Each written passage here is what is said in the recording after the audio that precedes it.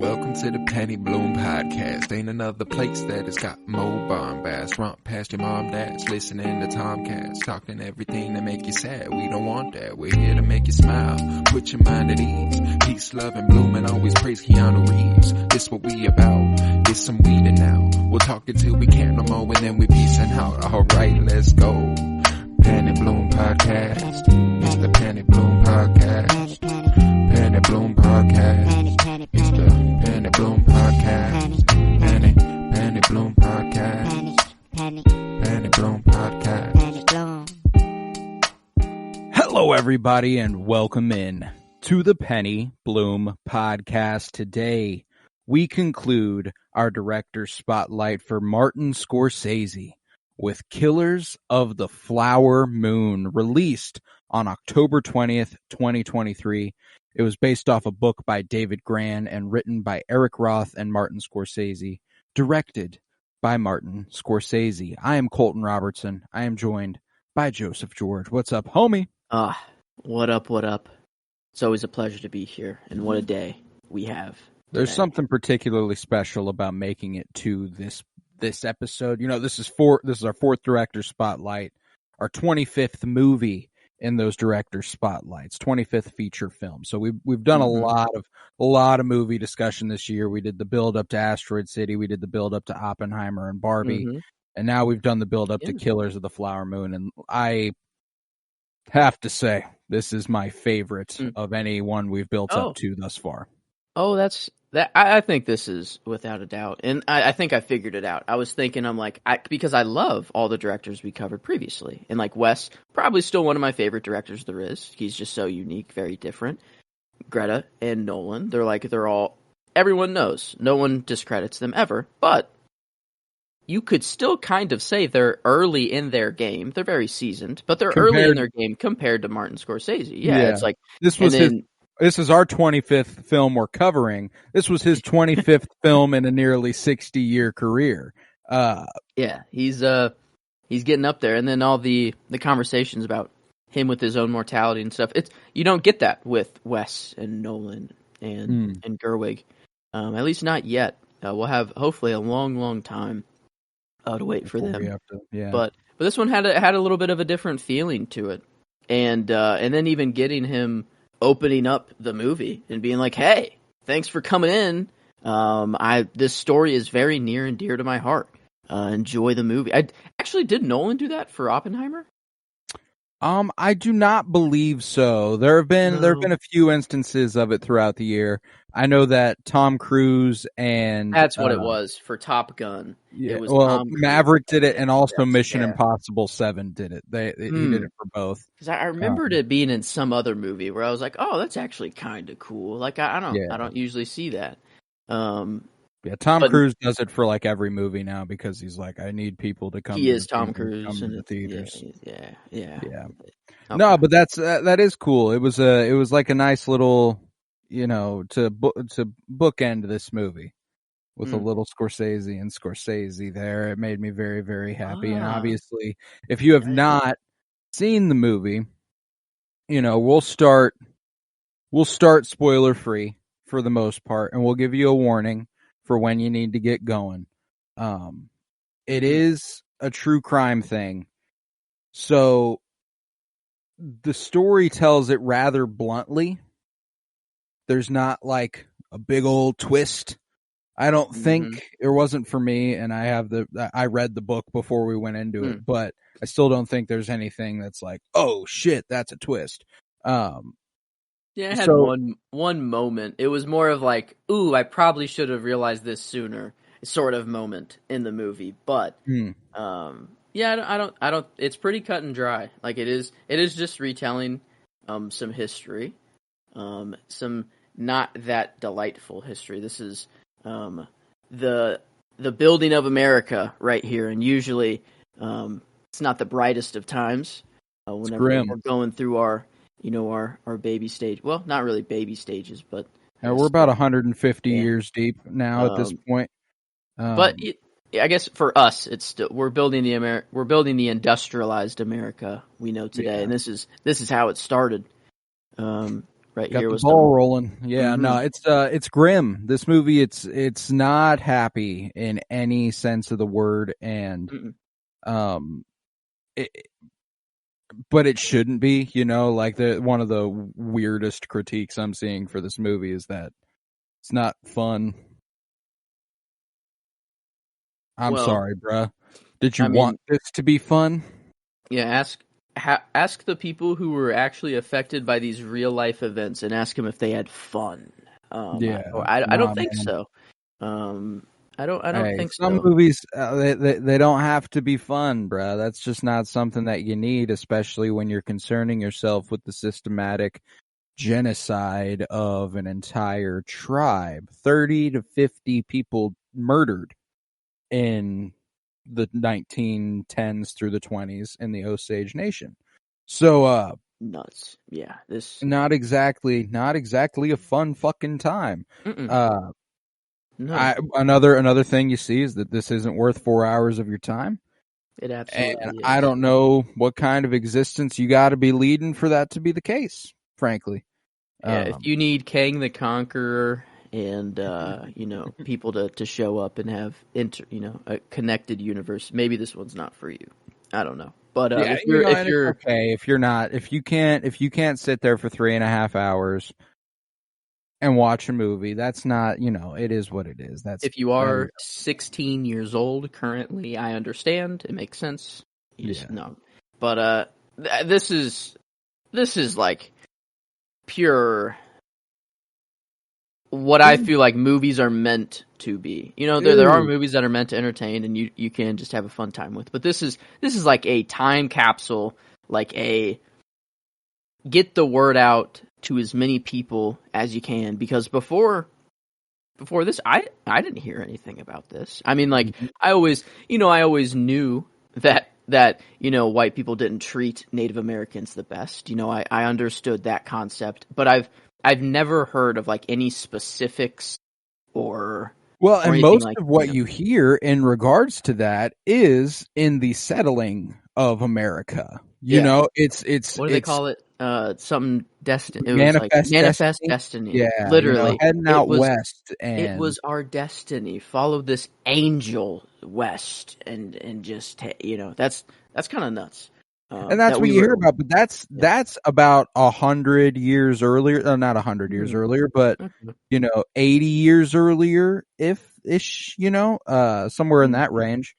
Yeah, because they were kicked around. They were kicked out of Missouri, kicked out of Kansas, kicked out of Oklahoma. Like, yeah, it's like just keep going west. So that's what you Take hear. me. That's what you're hearing about. But this happened 100 years ago.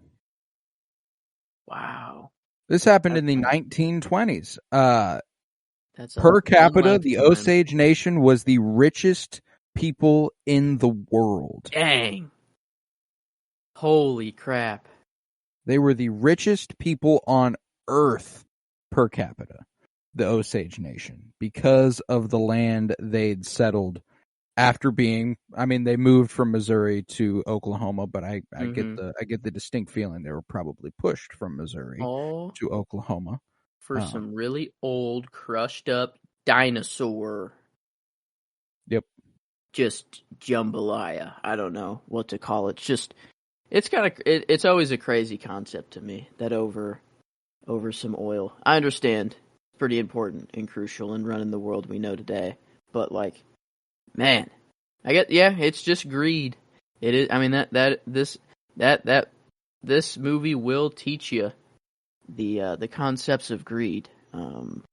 That's for sure. I feel like that's a pretty easy takeaway from this one. Sadly, it's very racially motivated as well. Big time. It's not even like some things are said in the movie where you're like, ooh, that is how they talked, like, and that is how they thought back in the day. The dude who works at the bank, who gives Molly however much money she may need for her medical bills and stuff, and her mom's, like they keep track of the money. The dude was the leader of their local sect of the KKK. That was the same guy? That was the same guy who was walking up the road, and Ernest is like, "Hey, buddy, how you doing? See, all our friends are out here today." That was crazy seeing him in no hoods, just out with everyone else, like marching in a parade. Wow, yeah, that's scary. That's 100 years ago. Holy crap! That's the KKK thrived into the fucking 50s, but technically still 60s. A thing. Yeah, still a thing, but as far as its prime, so to say, when it was at the peak of its power. Man, yeah, a lot of, I guess in history class, to be fair to the schools, like they can't dive into this detail about every story and stuff like that. There are some things that I think they gloss over a little too easily or cover up with some other things. I do think that could still be going on, but it really takes just like a movie or, I don't know, a play or something that you can just sit down and really get engrossed with that time, the time period, and put yourself in those people's shoes. And it's not only that you're learning and that you're like kind of seeing what happened, but you can put yourself there like emotionally as well, because you have all these characters. You're not just taking notes. You're not just looking at a whiteboard where shit's been written, and like the weight of it is still there, but the telling of Molly Burkhart and Molly Cobb's story, it's a little different when you get to see her and you get to watch her be brought to life and watch her, experience all of this, because that's whose movie this is. It's not told from Molly's perspective, and people are arguing about whether or not it should have been. And I can absolutely see where they might be coming from. I think it's fair to think this movie should have been told from Molly's perspective. What you get there is probably a lesser movie.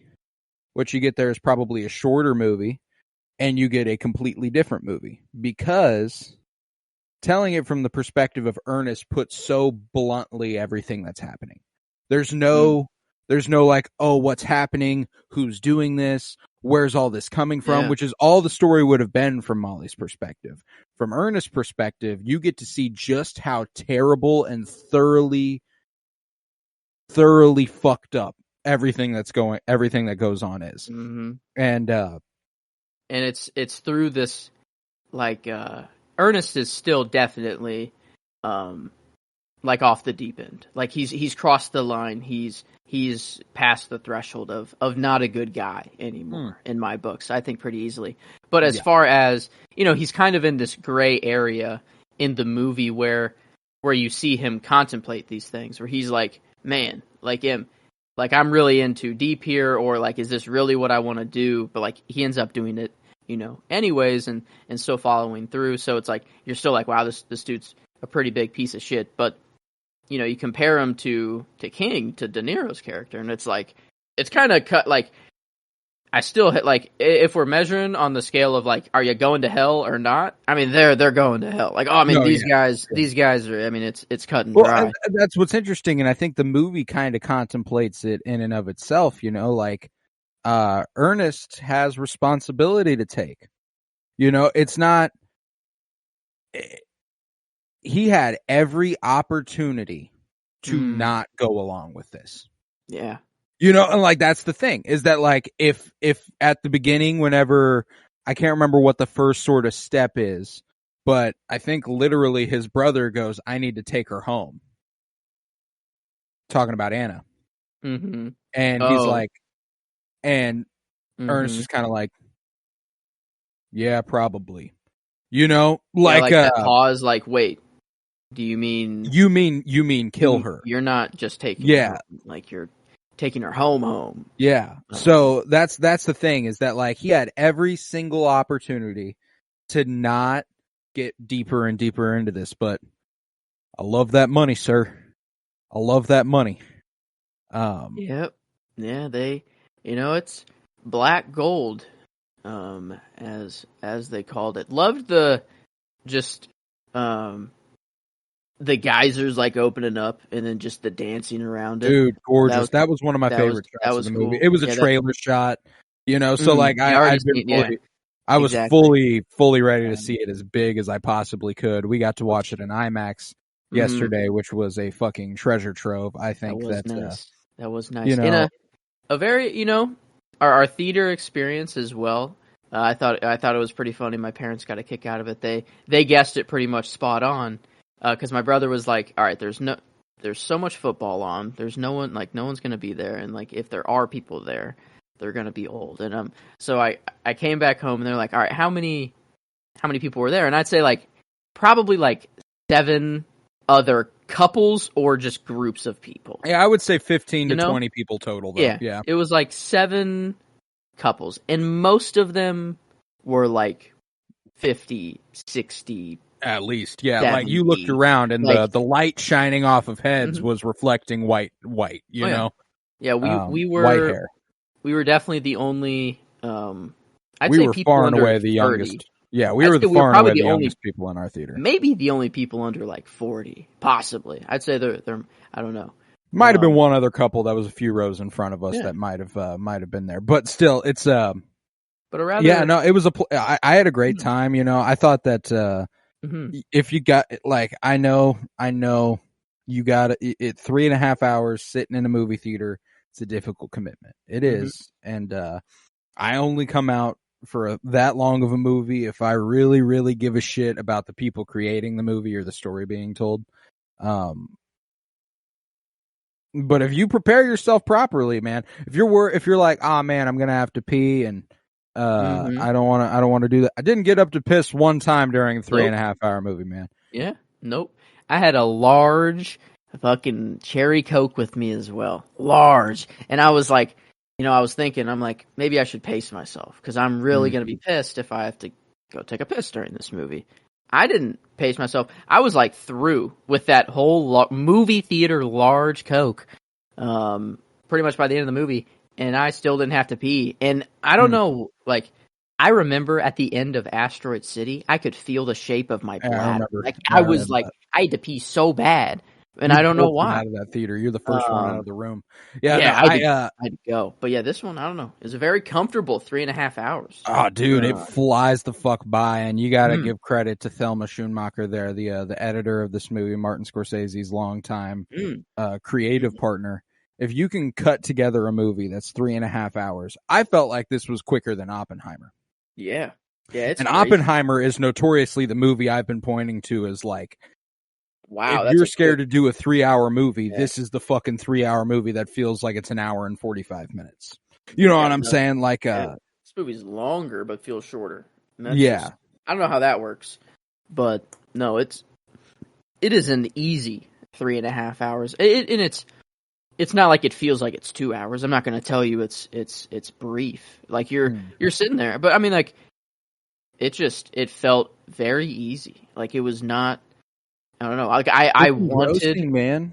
I don't know. Sometimes, like in a long movie, like I do have that fatigue a little bit of like, okay, like I know this movie's still good, but like it could wrap up. Like I could get the cliff notes here and be all right. But this one I was just like, I need to know everything. I still need to know every detail. I'm in this story completely. I was completely engrossed. Never had that thought of like, okay, this could end up. I was about to go into spoiler territory there. But whenever you have a 3.5 hour movie that doesn't feel bloated, at all. There's like, I don't think there's a single place you could trim the fat off this movie, man. Like, it's just, it necessitated that long of a runtime. It told the full conspiracy. There's not a like, I read that book. There's not a single fucking thing they left out of this movie. Like, that's cool. Because every single part's so important. Obviously they glaze over a few of the details about why certain people are murdered. Like, you get that montage at the beginning, but it's all in the service of the same purpose. Funneling that money from the pockets of Osage peoples into the pockets of white people. And, yep. It's fucked up, man. It's deeply fucked up. Legally, and what what was the what's the guy's name in Irishman? Lewis? Cancel me. Cancel me. Wow. Asking for it. Yeah. Okay. But how he was talking to the whoever, I don't know, insurance people. I'm putting money on like some sort of lawyer, like an executor of a will or something, like so now that my wife's dead or whatever, and it goes on to if I adopt her children, and they die, would I get the estate and all the money, blah blah blah. And it's like, well, you sounds to me as if you're planning on adopting and killing these children. I obviously can't let you do this. And he goes, oh, well, if it's not like legal, then I won't do it. But like, can I do it or not? And I was just like, how are you speaking of this so just well, and matter that's of the fact? thing, is that it's like, so casual, like it's handled so casually and so candidly that it's so fucking disgusting throughout the movie, man. Like, it's so blunt and so. They order the deaths of people like you order a fucking drink at a restaurant. Like it's so fucking easy to them. Mm-hmm. Yeah, it's kind of like an Irishman thing, where we were talking about how you get these extremes that you don't get in normal everyday lives when you're dealing about killing people and actually going through with that and seeing what that does to people. And this, I mean, I guess The Irishman is based on truths and stuff like that, but this is kind of even worse. Like, I don't know, this is just really preying off of a particular group of people instead of just. I'd say that morally, this is immensely more fucked up than The Irishman. Yeah, because like usually if you're dying in The Irishman, you're already in the game. You've already you're not getting fully taken advantage of and betrayed by the people you've married. Yeah, like it's like these are your husbands and the fathers of your children who are conspiring to have your entire family murdered so that they can funnel the wealth of your family into their pockets. Yeah, it is. And that's what's interesting about Ernest Burkhardt's character and Leonardo DiCaprio's performance of him, is that this didn't have to be much different than a lot of his mob movie protagonists, sort of, where it's a pretty common trope in mob movies where you are torn between two families. You're torn between what you feel like you should do and your loyalty to this thing of ours. And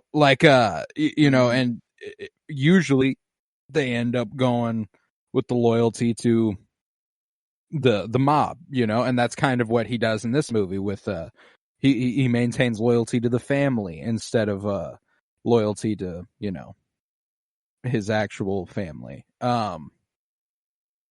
which is pretty demented, pretty fucked up. But then he goes full Henry Hill, so it would be cool to have read beforehand, but I just went in completely blind. I knew like nothing at all, and for parts of the movie, I didn't like.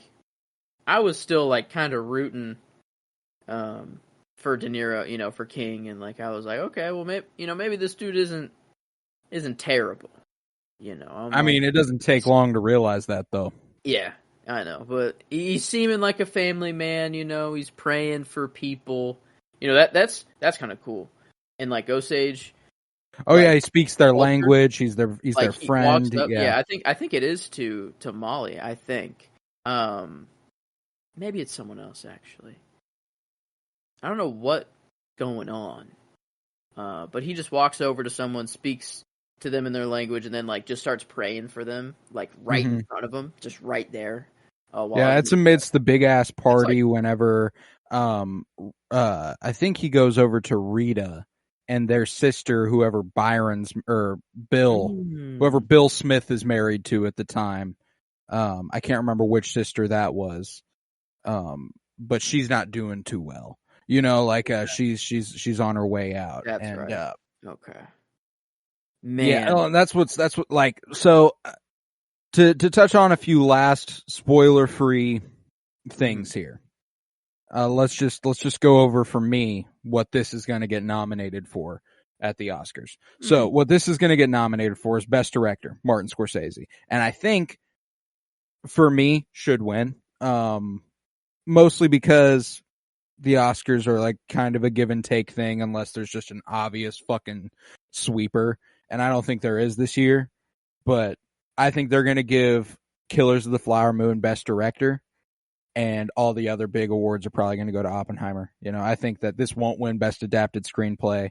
Now that I've seen Oppenheimer and Killers of the Flower Moon and read both the things they're based on, Oppenheimer is just an astonishingly well-adapted screenplay. Like, it's fucking ridiculous.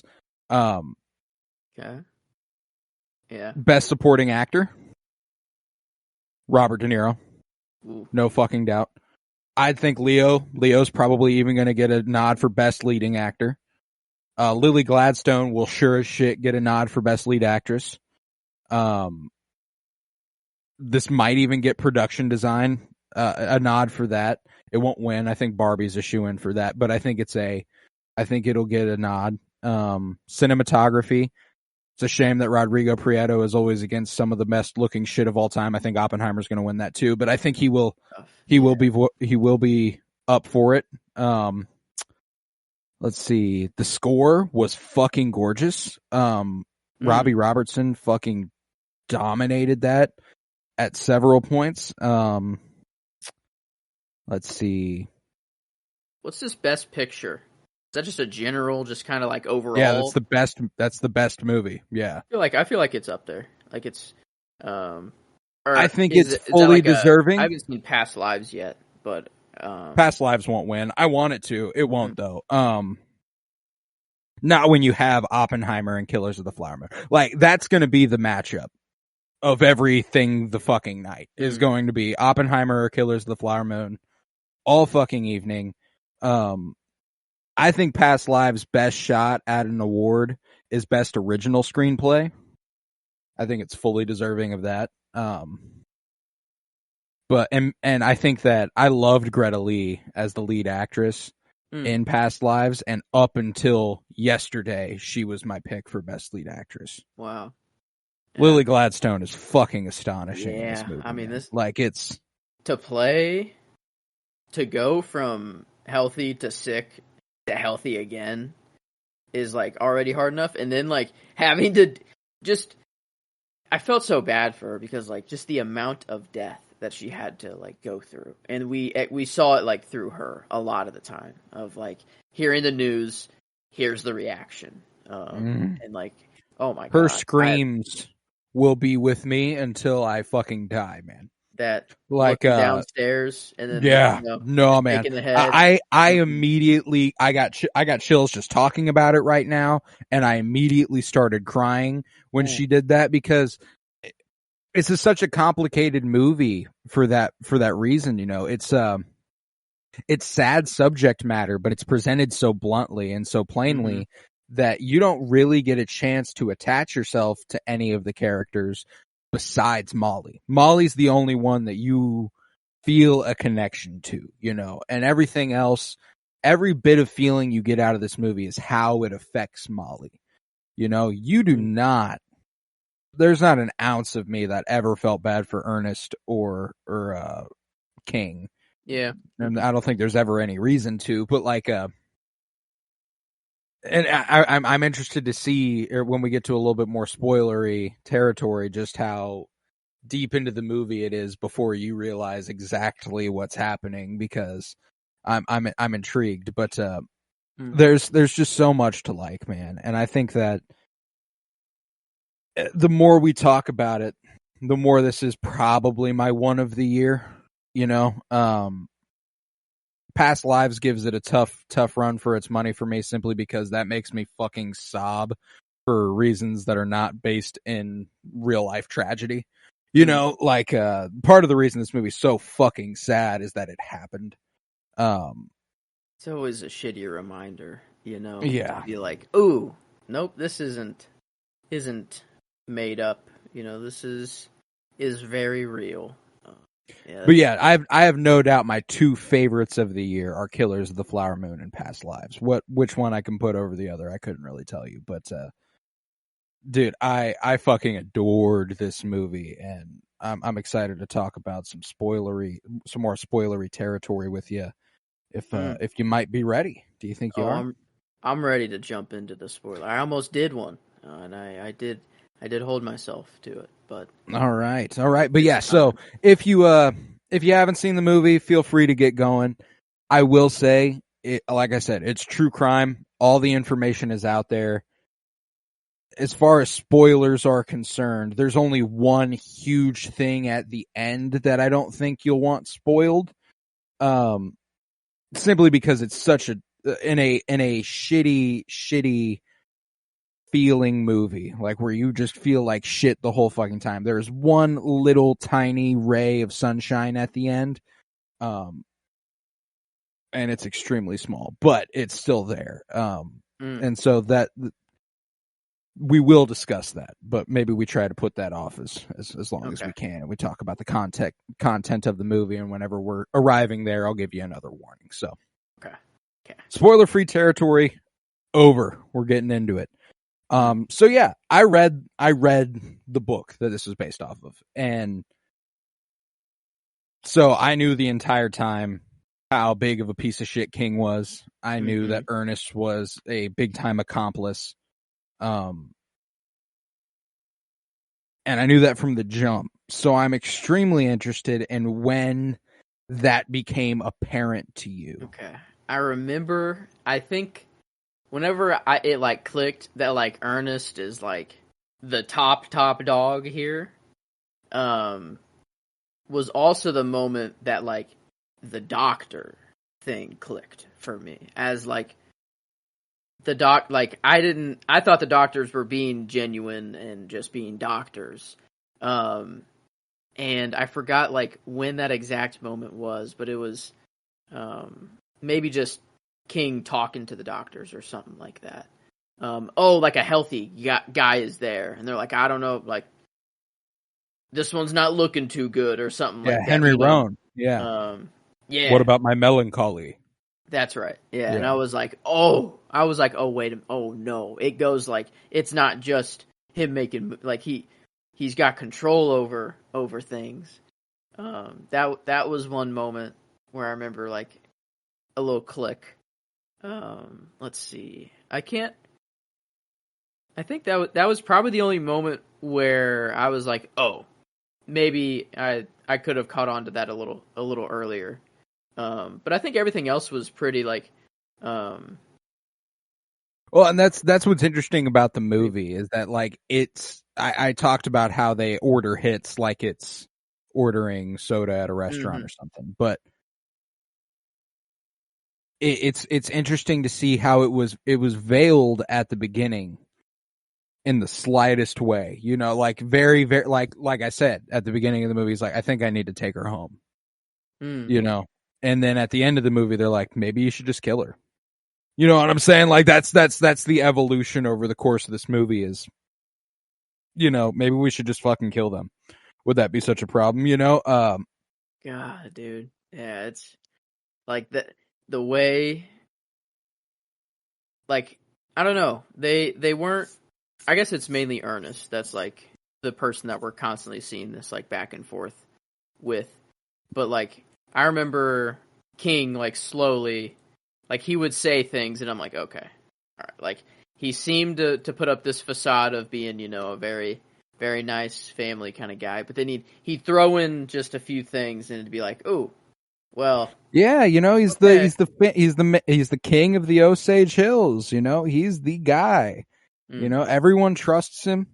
Whenever they're going for they're putting the bounty on whoever's doing the murderer's head, he adds 1,000 to the pot because he's so fucking cocky that nobody will ever figure out he's doing it. Insane. Yeah, like that's oh wow. I don't think at that point in the movie I fully realized he was behind it, because that he is just putting up $1,000 that no one finds that it's him. Like, not that, I guess they would find, he's not the one who who did the deed himself, but like he's the man at the top calling the shots. Right. But like, so he's putting up $1,000 against himself. That's pretty baller. Yeah, baller. Okay, in the sense, I do not fuck with this guy in any way. But like De Niro as just any mob figure. I mean, it just goes so hard. I don't know. Yeah, like this man coming off The Irishman too. It's like now seeing him as the boss. Now he's reclaimed the boss title. Right, was the muscle in Irishman, but now he's back to boss status. Too bad he's just his performance in this shitter. is immediately fucking amazing too. Like you are left with no questions about who one of your favorite presences in this movie is going to be as soon as he pops up for the first time when Leo heads to the house at the beginning of the movie, and he's like, "My boy, how are you doing today?" And he's got like the southern drawl and stuff, and De Niro, and I talked a little bit a couple weeks ago during Gangs of New York about how Leo doesn't do a whole lot of voice work. But you get a little bit out of that with him this week. He's got the prosthetics, prosthetics in his mouth, and he's a little bit more. He's got a little bit more of this thing going on. It's definitely not his normal voice. Yeah, I wonder how much of it is the prosthetics and like his just acting as well. I think he has to do a little bit. I mean, De Niro, I don't think I've ever heard De Niro with a southern drawl before. Like, that was kind of jarring, when he started speaking. I'm like, oh shit, Bobby. I fucking love him in this movie. That performance is so scary, just because he's so casual about everything. He's so plain about it all. And, you get little hints at the beginning, and man, it'll be good for you to watch this knowing the full fucking time what his intentions are and what he wants to do, because Ernest coming there, it becomes like it's abundantly clear that the entire goal from the get-go is to get this rolling, and Ernest is just a way to get it rolling. Wow. Yeah. Because he asks him at the beginning, like, "You like women?" And he's like, "Oh, yes, sir. Yeah, they're my weakness. White women, black women, red women, blue women. I like them all, sir." And he's like, "Oh, we're gonna have to keep you on a leash. You keep that thing wrapped up over there." That whole thing. It's fucking good, dude. Yeah, I thought that's why he was asking if he liked women, was asking if he brought back any disease from the war.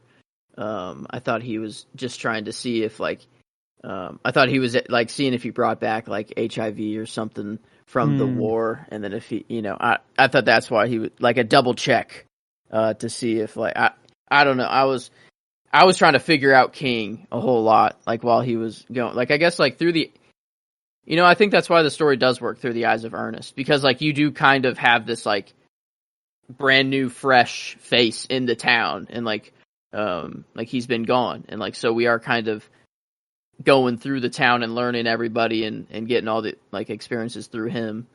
So I think it does make sense that way. And like I think like Ernest didn't know that like his uncle, did he like fully know himself like right when he came over that like, because he said he was like afraid of his uncle and he knows what he's capable of or something, but that I like, is that was based on the knowledge he has after getting back, or known before? I believe so. I believe that, he's a powerful man though, so maybe he had shown glimpses of being capable of some more deeper, darker shit, but I took it to mean that since he'd been back, he'd kind of gleamed that. I really, really enjoy the sort of chemistry that De Niro and DiCaprio have in this one. And I think that, like you were saying, telling it from the perspective of Ernest opens up the story to a point where it can be much more straightforward, and you get to handle Molly with a lot more agency that way. Because you can speculate about how much she knows and how long she knows something's going on, and But if the story's told from Molly's perspective, you have to make that choice storytelling wise when she knows. And then if she figures it out early, why she doesn't do anything about it and why, stuff like that. There's just you could fumble that character so horrendously bad if you tell the story from her perspective. And I mean that from a sense that if it's told by Martin Scorsese, Ernest has a lot in common, I think, with a lot of Scorsese protagonists. He's more pathetic than a lot of them, at least a lot of them with Henry Hill and Jordan Belfort and all these. They inspire an entire faction of people who watched the movie to go, see, but that guy's kind of fucking cool. Yeah. You can't watch this movie and think anybody, you can't think King or Ernest are cool in any capacity. They're deeply fucked up, and in Ernest's case, he's pathetic. He is. Yeah. He's just kind of there, and there's a legion of fanboys for either Ernest or Hale coming out of this movie. Run. You need to look out. You need to look out for them, because that'd be demented. No, it's. I appreciate everything. I can't. There was a good critique for the movie that I've seen, and I can absolutely understand the story should be more centralized on Molly. I think that she does kind of disappear from the movie for a while whenever she's sick. We come back and we check on her every once in a while, but then we go back to doing whatever we're doing because she's been incapacitated, But even so, every time she's on screen, Lily Gladstone commands it. And to be acting opposite Leonardo DiCaprio and Robert De Niro, and to every time you're on screen, you are the highlight. Yeah, I remember, I don't know, it's reminded me of the scene where she first invites him in for dinner. And then, they're just talking. And a line that stuck with me throughout the whole movie, De Niro says it early on. He says you gotta watch out.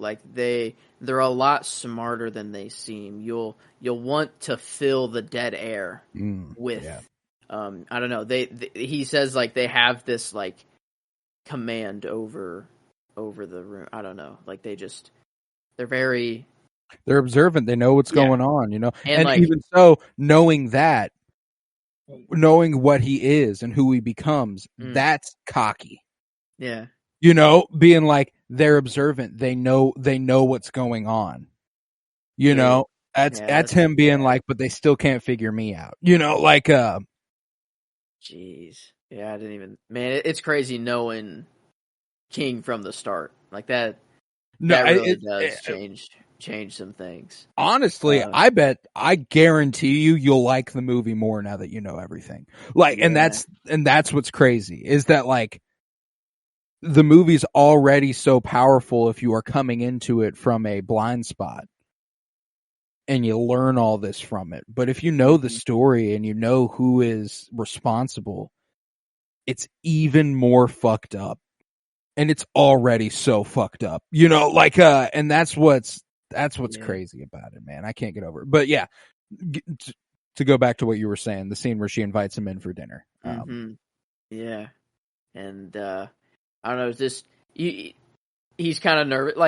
The one thing that I think is true is that Ernest actually does have feelings for Molly. I think it seems that the relationship actually kind of started off, just he was her cab driver, that he got a few cute remarks in there, and then now they're kind of having their first date here. And this seems true. I don't know what you just said, but must have been Indian for handsome devil. Handsome devil, yeah. And Molly got she laughed. They're kicking it off. I think it's working. And then just the it gets down to, I don't know, they're about to drink some whiskey or whatever, but then it starts to rain. And then, Ernest is like, oh, I gotta close the window. And, Molly's just like, no, come here, sit down, just shut up, or like, we just be still.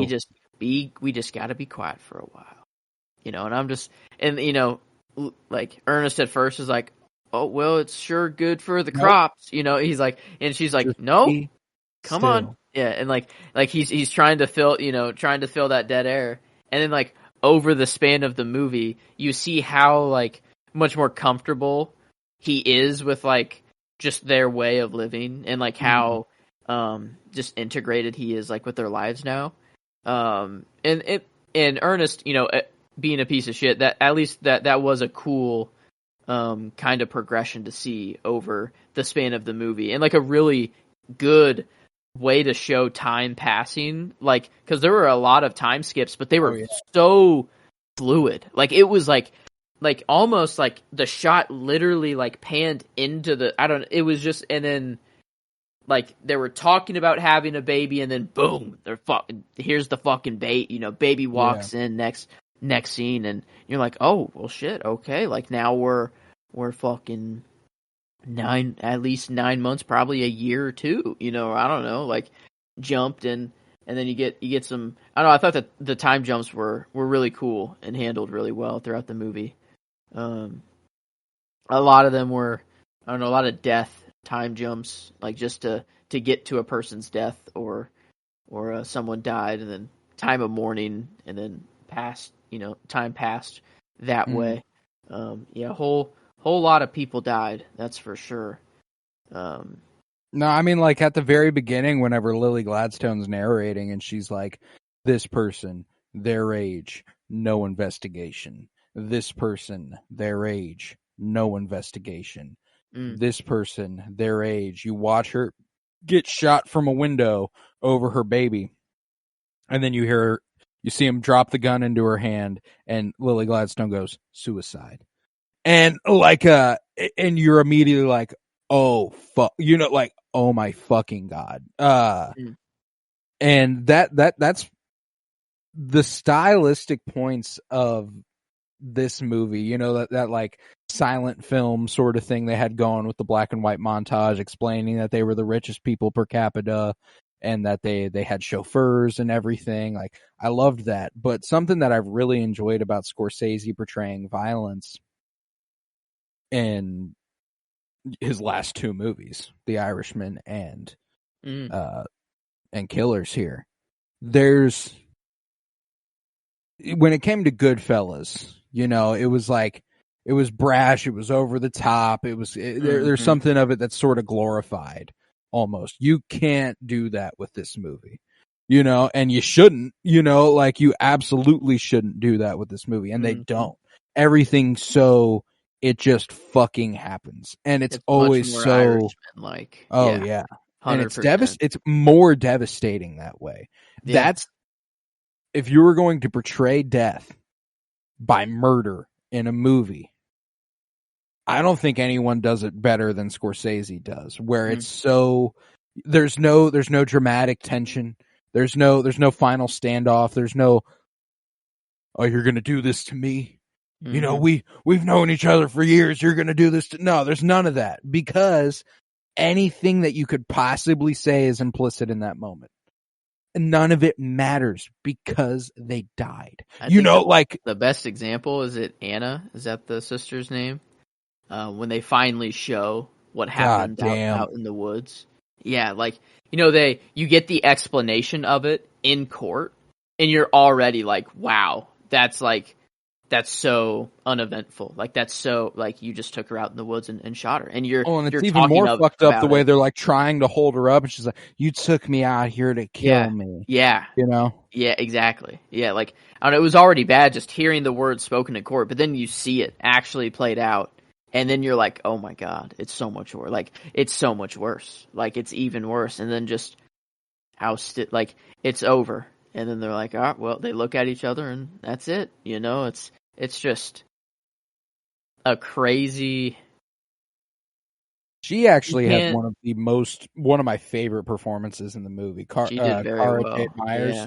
as Anna. Dude, again, the fact that you were coming onto the screen with DiCaprio most of the time with her scenes. It was mostly DiCaprio she was on screen with at any given point. She commands it, dude. She was so fucking good as Anna.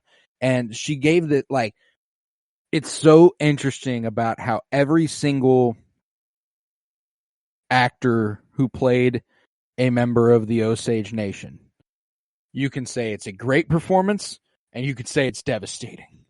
There's not a single one where you can go like, that was just an all around happy. That was a good. Light. Yeah, maybe the only one is Tatanka Means as John Wren, because he has a little bit more of a, he's a part of the Tom Smith investigation crew. He's got a little bit more of a, but he's from a different tribe. Like that's not he's not Osage. He's coming from a different part of the country to visit and everything. So I was gonna say the mother, Lizzie Q. Yeah. Although still devastating to see like her children die and everything. I think she had a natural death, as it seemed. And I thought her death was like, that scene was pretty cool. Like what she saw versus, like we see her going into, I guess their version of heaven or the afterlife, being ushered by people, and presumably by their father as well. Yeah, the one who's never around. Yeah, it was an immediate smile. It was odd. Like it was just like, oh my god. But you knew what was happening. You're like, obviously she's not. Obviously this isn't real. You're not thinking like, oh, she's better and this is actually happening. This is like a ceremony that they're doing or whatever. No, like you're like, okay, she's passing on, and then the cut back to the family, and then just all the cries. Man, just the cries and the screams they hit every time. Like it was just brutal. It was extremely good, and it's actually interesting that you say that. There is a lot of speculation about Lizzie Q's death being natural, because it happens 2 months after Anna died, and it happened like it's very, very in only a couple months before the Smiths are bombed. So every time, like even in the court case later on, there's something that says that they're talking about Molly. I can't remember if it's in the court case or if it's in the true crime presentation thing, when they go, her sisters, her mother, her cousins, her ex-husband, all dead. So there's always been an interesting speculation about whether or not Lizzie Q was actually murdered alongside the rest of them, because there's what they try to do to Molly. That was the way they killed most people. Was just the slow poisoning of them until they were so weak they just died. Wow. Like there was obviously a lot of I didn't know that. I thought it was like them. I thought it was through the insulin that was like the end for Molly. But they just did that. Oh no. Well, the doctors were in on it. Yeah, so they would. Oh my god! If there's anybody coming to the doctors are helping kill them. Holy shit! That's like it ran fucking deep, and it was like even during the court case when Brendan Fraser stands up and he's like, that is my client. I haven't gotten to speak with him in over 2 weeks. Yeah, like, oh man, how just going over the top there. That was, dude, it's outstanding. Awesome. And he's trying, people are misconstruing that presence completely wrong. I think people are saying that it's not like, how did this get through? How was it? He's very clearly trying to intimidate, like confuse. Yeah, they gaslight the fuck out of the dude. I mean, he comes back. He sits in that chair. they beat you. They tortured you. And he's like, no, sir. No, they He is like, trying to save you. Yeah. Dumb boy. Dumb boy. Oh, yeah, man. Yeah, dude. Brilliant. Just like, he only had a couple minutes of screen time, but he was fucking fantastic in that time, man. Yeah. But that scene particularly.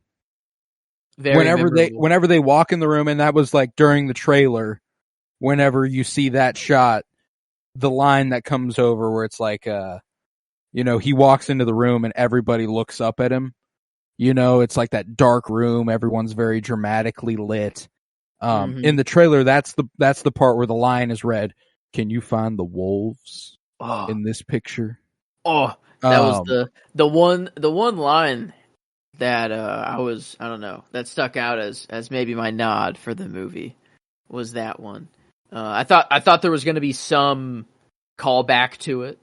There never was. Thought there was going to, like, the book. I thought the book was going to, like, come back at the end and, like, they were going to close the book. It was going to end with their history or something like that. But I thought it was, I don't know, a very the whole clear... book stuff was hilarious too. Can you read? Yeah, like, even him asking in the first place. I can read, sir. And then he's like, all right, well, I want you to read this. And he's like, I can read. He keeps dwelling on the fact, saying that he can read, which makes you think maybe this motherfucker can't read. You know what I'm saying? Like, yeah, why would you have to say it that many times? Like, it's usually, I guess, 100 years ago, going off to the war. No, I mean, literacy has never been the strong suit of people until recently. Wow. Wow. That's a crazy thought. Just being able to look at a word and know what it is. Mm-hmm. Damn. Like, I can't even see all of your sweatshirt and I know what it says. Yeah. Yeah. And it's backwards. Yeah.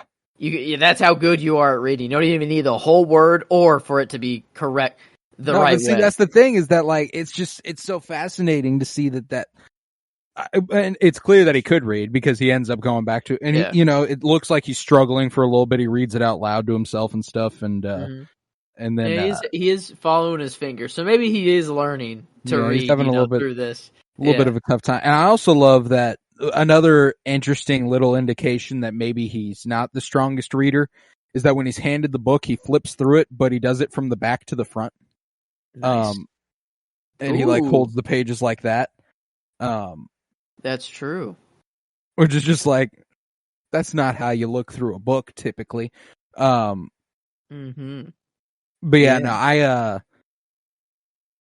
there's just a lot to like in this movie, man. But can you find the wolves in this picture your favorite line of the movie?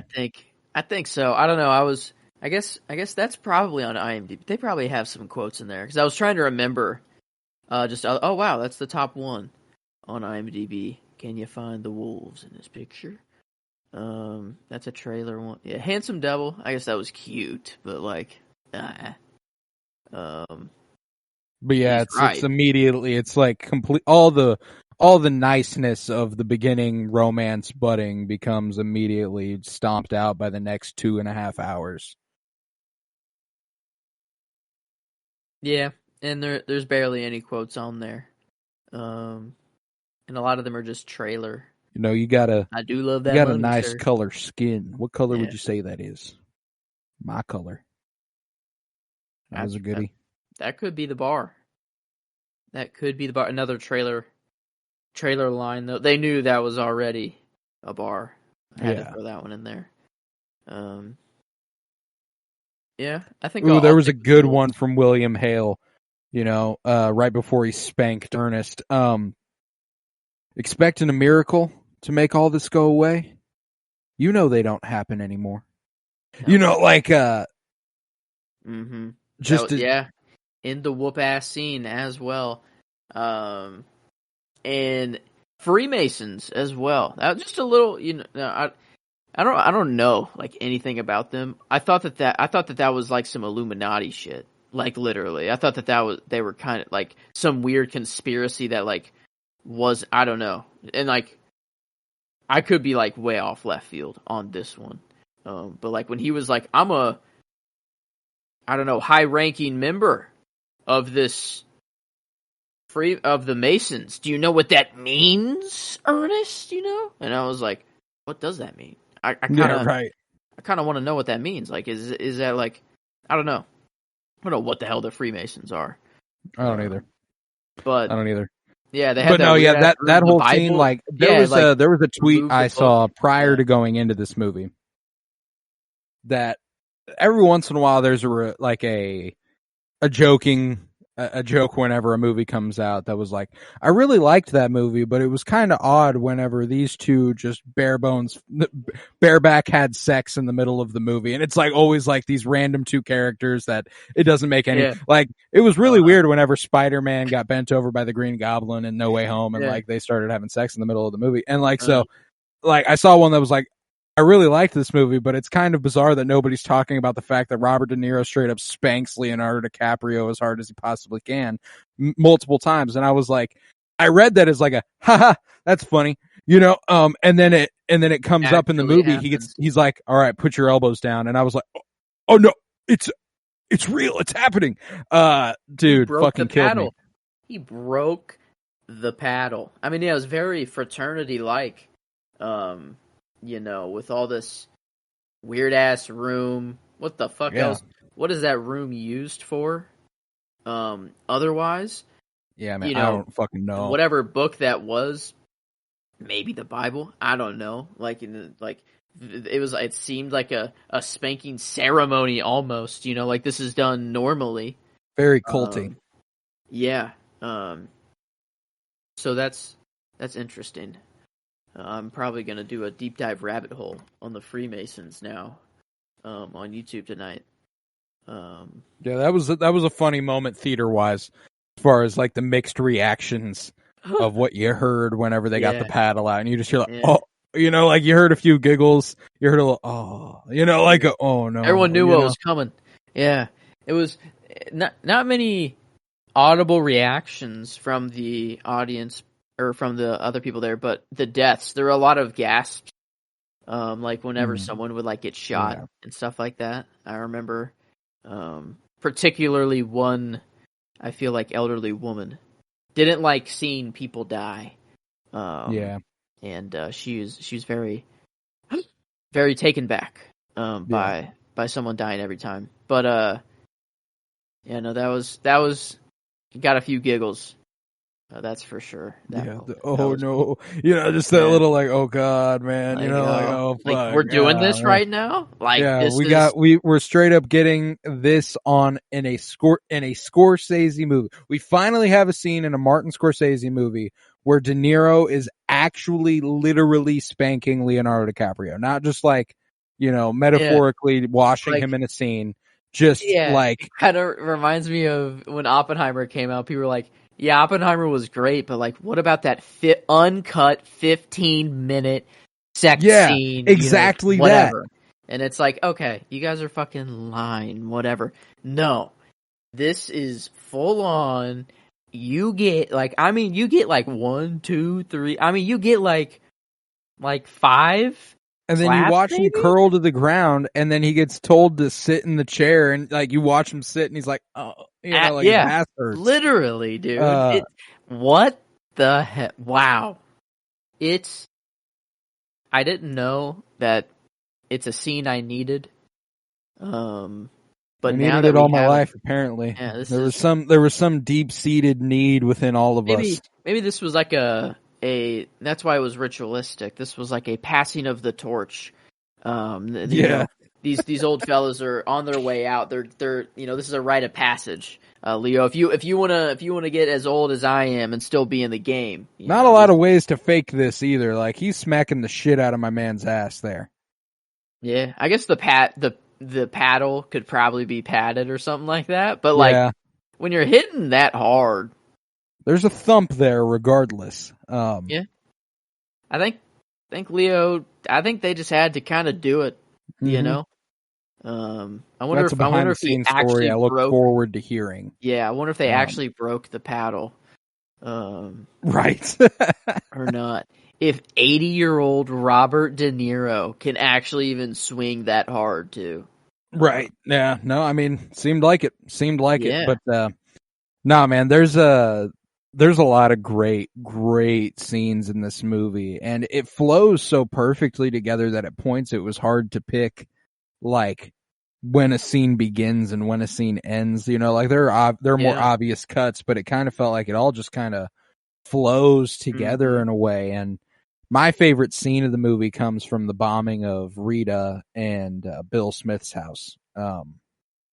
Right after, they'd been gone all day and they get home and Leo's like, where have you been? You know, like, all right, don't do that anymore. Not with all this shit going on. Okay. And immediately I thought we were probably going to get something with Molly being a little bit more like, what did you know about what was about to happen? You know, like, where were you? We were at Rita's house. It was no big deal. He's like, no, you can't do that. Get inside. Stay inside. And then them laying down and it just kind of fading into later in the night. You know, like it's not like they cut to later in the night. They've just been laying there and boom, and the weight of that explosion, the windows brushing in, Dude, the houses getting fucking pushed. Honestly, more of a scarier explosion than Oppenheimer. Not even lying. I expected a bigger explosion in Oppenheimer. This one got me, and I felt it more than the Trinity test in Oppenheimer. I literally I jumped. I was like, oh fuck! I was like, yeah, it got me, and I knew it was coming. Yeah. I knew that's what happened to the Smith house. You know, I was sitting there. I was like, all right, so they're talking about Rita and Bill Smith, how they need to get it gone. So I'm assuming tonight, we're about to get the boom. We're about to get the big boom, and lo and behold, there it goes. But goddamn, I didn't think it'd be like that. There's a gravity to that you just you don't get in a lot of scenes, and when it happens there, they run down the stairs. Molly goes to look for the kids. Is this a oneer? Dude, this shot seemed to go on for so long. It might have been. There's it seems like there would have to be so many sets and stuff to go through for this one to be a oneer, but if it is, oh my god, this that's why I feel like there were a lot of really long uncut. Yeah, because I'm pretty sure they get out of bed, they run down the stairs, and he walks out the front door. And I think it cuts then, once he gets to the wreckage of the house and everybody is standing there. And I think it cuts there. But there's a lot of interesting little tidbits. You know, the way that they'd gone to the movie theater earlier in the movie, and they watched a movie on the Tulsa race massacre. They'd watched a movie on that, and so when that happens, whoever's living in the house with Molly and Ernest, I'm not sure who's yelling it, but they're like, it's just like Tulsa. It's just like Tulsa. Yeah. This is a thing that they are worried about happening to them, because Tulsa was the wealthiest African-American community in the world. So, or the wealthiest black population in the United States. So if that can happen to them, the Osage Nation is particularly worried about that with all the bombings going on, or not bombings, but the murders going on. They literally put up lights in their neighborhood. They're scared as shit. They're like, so when the bombs go off, and she's like, "It's just like Tulsa. It's just like Tulsa," and then he runs outside, and the gruesome, fucking horrific shit during that. Bill Smith going, "Kill me, shoot me, somebody fucking shoot me." And then lifting up Rita, the top of her body perfectly persevered and then preserved, and then when they lift her up, her head falls open, and you're like, oh my fucking god. And that was something that was described in the book that I'd forgotten about, was that the explosion came from under them, so it destroyed the back half of her, but her top half was perfectly fine. That looked really cool. Whenever it revealed, the floor around her was all good. Gorgeous shot. He was just gorgeous shot. There. Yeah, that was pretty cool. It's Rita. The sheer horror that they portray everything that happens in this movie with, to the whenever they're like, it's Rita, I found her, she's over here. horrific. But then it's really when he walks back inside, and you don't know what you're looking at for a second, because it walks into the house. You see the kitchen, you see him look into one room, you see him look into another, and then he finally gets to the basement and he looks down the stairs, and you watch them all look up, and you realize they're looking at Ernest, and it cuts to him, and he just shakes his head. And this is the moment that like Lily Gladstone got that performance nod out of me. She was already probably going to get it, but the fucking guttural, horrific scream she lets out when she learns that Rita's died. I immediately started crying, and I got chills just talking about it now. Like I'll hear that in my sleep at night, I'm hearing it right now. I thought Oppenheimer had the scream of the year.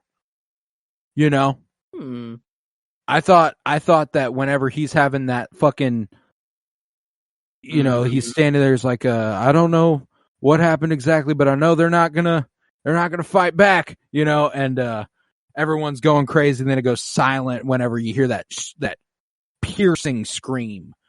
I thought like, oh, well, that's the scream of the year, and there's no contest. And that, I mean, again, this is an award we need. This is an important scream of the year. This needs to be debated on. But no, this one had a little more. I don't know, a little more emotion behind it. And I don't know, felt. It was just a gut punch immediately. Dude. The situation was already bad. It was all you're already like, oh man, like and the fact Ernest is the one walking over there, and the whole time, I'm thinking like, oh, this is a shitty situation. He's and looking at it, he's shocked, but like at the same time, he was the one who told whoever to go tell AC to do the hit, or whatever. So like, what was that one dude's name that had it's my neck for this, the black? Yeah. No, it's not Blackie. That was Blackie was another guy, but dude, that guy, I know who you're talking about. Let me find it real quick. Oh my god. He was portrayed by Ty Mitchell, John Ramsey. Yeah, he goes up to him and he's like, I need you to go tell AC that. He's like, I will, but not right now. Yeah, and he's like, no, right now. This job. I'm gonna go talk to King. I'm trying to be nice here. Yeah, he's just not good at that either. No. He's not very good at giving directions, and also the failed. That failed. It's supposed to be a suicide, make it look like a suicide. And it's like, I told him I hated myself for like laughing at this. No, but there's a lot of black comedy in this fucking movie. Like, that's I told just him the front dark. of the head. How hard is that? Like, with the front of the head. I told him. I did. I told him. I'm like, I felt really bad for laughing, but man, it was, I don't know. Well, it's the same thing as that moment with Louis Cancel Me at the beginning of or not the beginning, that you were talking about at the beginning, whenever he's like, so if I were to adopt the kids and they were to die, would I get their inheritances? He's like, it sounds to me like you're planning to adopt and murder these children. He's like, well, I won't, if legally I won't get their inheritance, but Eesh. There's part of you that thinks it's a little another big thing about this movie is that people are saying like, it's not funny and it shouldn't be funny, but there are moments that have comedy, but they don't make you laugh out loud because you are stifled. It's caught in your throat. You're like, these people handle all this so casually that they can be funny in these moments where nobody else can, Yeah, that's just their life to them. Yeah. It's like that moment. Oh, I told him it had to look like a suicide. What the fuck was that? He's like, I don't know. How hard is it to hit him in the front of the head? It's just because they actually got cool with each other. Whoever killed him, like they were literally just like drinking. They became like drinking buddies. going out to that Henry spot. Roan, man, that was one of the. There were a few characters who I was really interested to see just based off of the book, and Anna Brown was one, and Henry Roan was the other, who was killed there by Ty Mitchell's John Ramsey. That performance by William Bello was, again, amazing and fucking heartbreaking. You know, the whole, like, he has depression, he's tried to commit suicide a couple of times, and you know, he's taken out a $25,000 life insurance policy on him, and he just needs him to stay alive for another year or till the end of the year, and then he can kill himself or he can die or whatever. But wow, yeah, that was a, when he pulls up to the butcher shop and you know, and there's a shot of him like looking through the window where all the like pig's feet and stuff are hanging, and he goes in there and beats the dude with a fucking club. Just a beautifully heartrending performance by him there. And he was the first husband of Molly, right? And then and whenever he was over at the house for some reason, I think like, and they announced that Molly was pregnant. They're gonna have a kid, and you know, everyone's saying congratulations, and then, you know, Hale, King and Ernest are back in like the kitchen, or I don't know, in the dining room still, and they look at Henry like, first husband, do you think that means he has any claim on the land, you know? And then like immediately it was like, you know, well, I think we know what we got to do now. Yeah, and there's no word spoken, but Hale looks at him and goes, you know, he just kind of looks at him, and then he walks into that room to talk to him, and you know, like that whole thing, fucking just, I need to see this movie again, and I need to see it as soon as possible because fucking ridiculously well done, dude.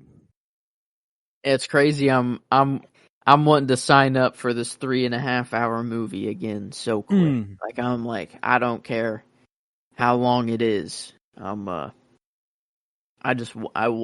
it.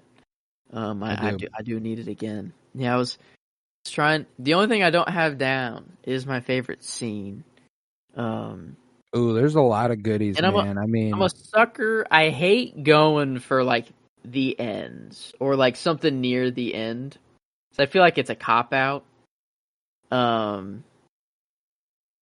man, I like whenever Ernest finally breaks and he's like, you know, he tells King in the cell, he's like, can't do it anymore, King. You know, can't do. You know, from like that moment of him being like, no, like I'm testifying, whatever. And then his actual, like, when he's testifying, and saying everything, and he's like slowly breaking, you know, his lip twitching a little bit, you know, at some things he has to get out. And then like, did you marry Molly? Was this all part of the plan? And then like he looks right at her and he's like, no, you know, like the only like shred of anything that you can pull out of Ernest's character is like that the relationship might have been, you know, started out real. I mean, and that's what's interesting is that they do a complicated thing with Ernest's character where they do portray him as having loved Molly. And I think they do enough in this movie to justify his betrayal of her, not on a moral ground, but on a ground where you can understand how he found himself in that situation. You know, I wouldn't have done what he did. I don't condone what he did, but you know, they say, did Hale take advantage of your disposition? They're basically like, you're a fucking idiot. Did Hale do this to you against your will? You know, or like, did he take advantage of you? And he's like, yeah, I mean, of course he did. You know, like that's yeah, I don't know. I really thought, I didn't know how like strong that poison was at all, like the vial of it. So I thought that night where, you he like kind of dumped half of it in his glass and half of it into the shot. I didn't know if that was it for both of them. I thought both of them were going to go right then and there. And for a moment I was thinking that like Molly actually died there. And then what we are seeing from now on is like Ernest dealing with the guilt of what he has done and everything. But was soon out of that camp. I don't know how long, but I don't know. There were many times in the movie where I actually kind of thought it was going to go a different direction necessarily. But I mean, it's pretty cut and dry, I guess, until the very end. And even at the very end, I still think it's not like it changes the whole movie, you know. No, it doesn't recontextualize anything. It just adds to it. And that would probably be my favorite scene besides the one I picked is the radio program thing they do at the end. That was so cool, dude. And this is where, if you have not seen the movie, you know, this is the only part that I'd feel weird spoiling for you, so you might want to go ahead and get the fuck out of here. Because it is just like, it's something you just got to see for yourself. I think that's just really, really cool. So if you don't want to hear it, maybe fast forward a couple minutes, and that'll be that for you. But yeah, man, that radio show at the end, whenever they're, you know, it's already a lot more dynamic and a lot more interesting than just cutting to black and throwing words up on the screen and being like, and William K. Hale got out for good behavior, and so on and so forth. But the Scorsese appearing in the movie himself to say the obituary of Molly was it fucked me up. Like it specifically, like, I got chills when he showed up, but whenever he says there was no mention of the murders. And I just started crying, dude. It fucked me up. And there's a lot going on there. You know, there's the obvious, he wanted to tell the story that the obituary failed to do. You know, he wanted to do Molly justice, and he wanted to explain the best he could in a movie what happened to her, and explore that woman for everything she was. But there's also this part of him that recognizes he can never do her justice. You know, this is just a small thing he can try to do to teach people about what came before, you know. And even so, it goes back to what they were saying at the beginning. You know, our children will be taught by the white man, and they will forget our ways, and we're literally learning about this from Martin Scorsese, and Scorsese's talking at the end there, and like it's loaded. And more than anything, you know, there's something kind of disturbing about the radio program and the way they handle it, you know, because it's like, it feels very exploitive of it to like do all these like funny sound effects and everything. Make it a show. Yeah, to make it like a show out of it, kind of. Yeah. But that's what Scorsese's doing, and Scorsese knows that's what he's doing. He's making a movie out of this real life tragedy. So he's incriminating himself by taking ownership over this thing he's done at the end, but realizing the story must be told. And like, it's just, it's a loaded thing there. And it getting all that at the end of this movie was fucking wonderful, dude. Like, it was one of the most ballsy things he's ever done. Very, very Spike Lee, very Wes. And Wes takes a lot of inspiration from Spike Lee. So that's kind of the connection there. But yeah, that was my immediate thought whenever I saw the play starting to like take action. I'm like, is Martin going full? Is he going full Wes mode right now? Like, what's about to happen here?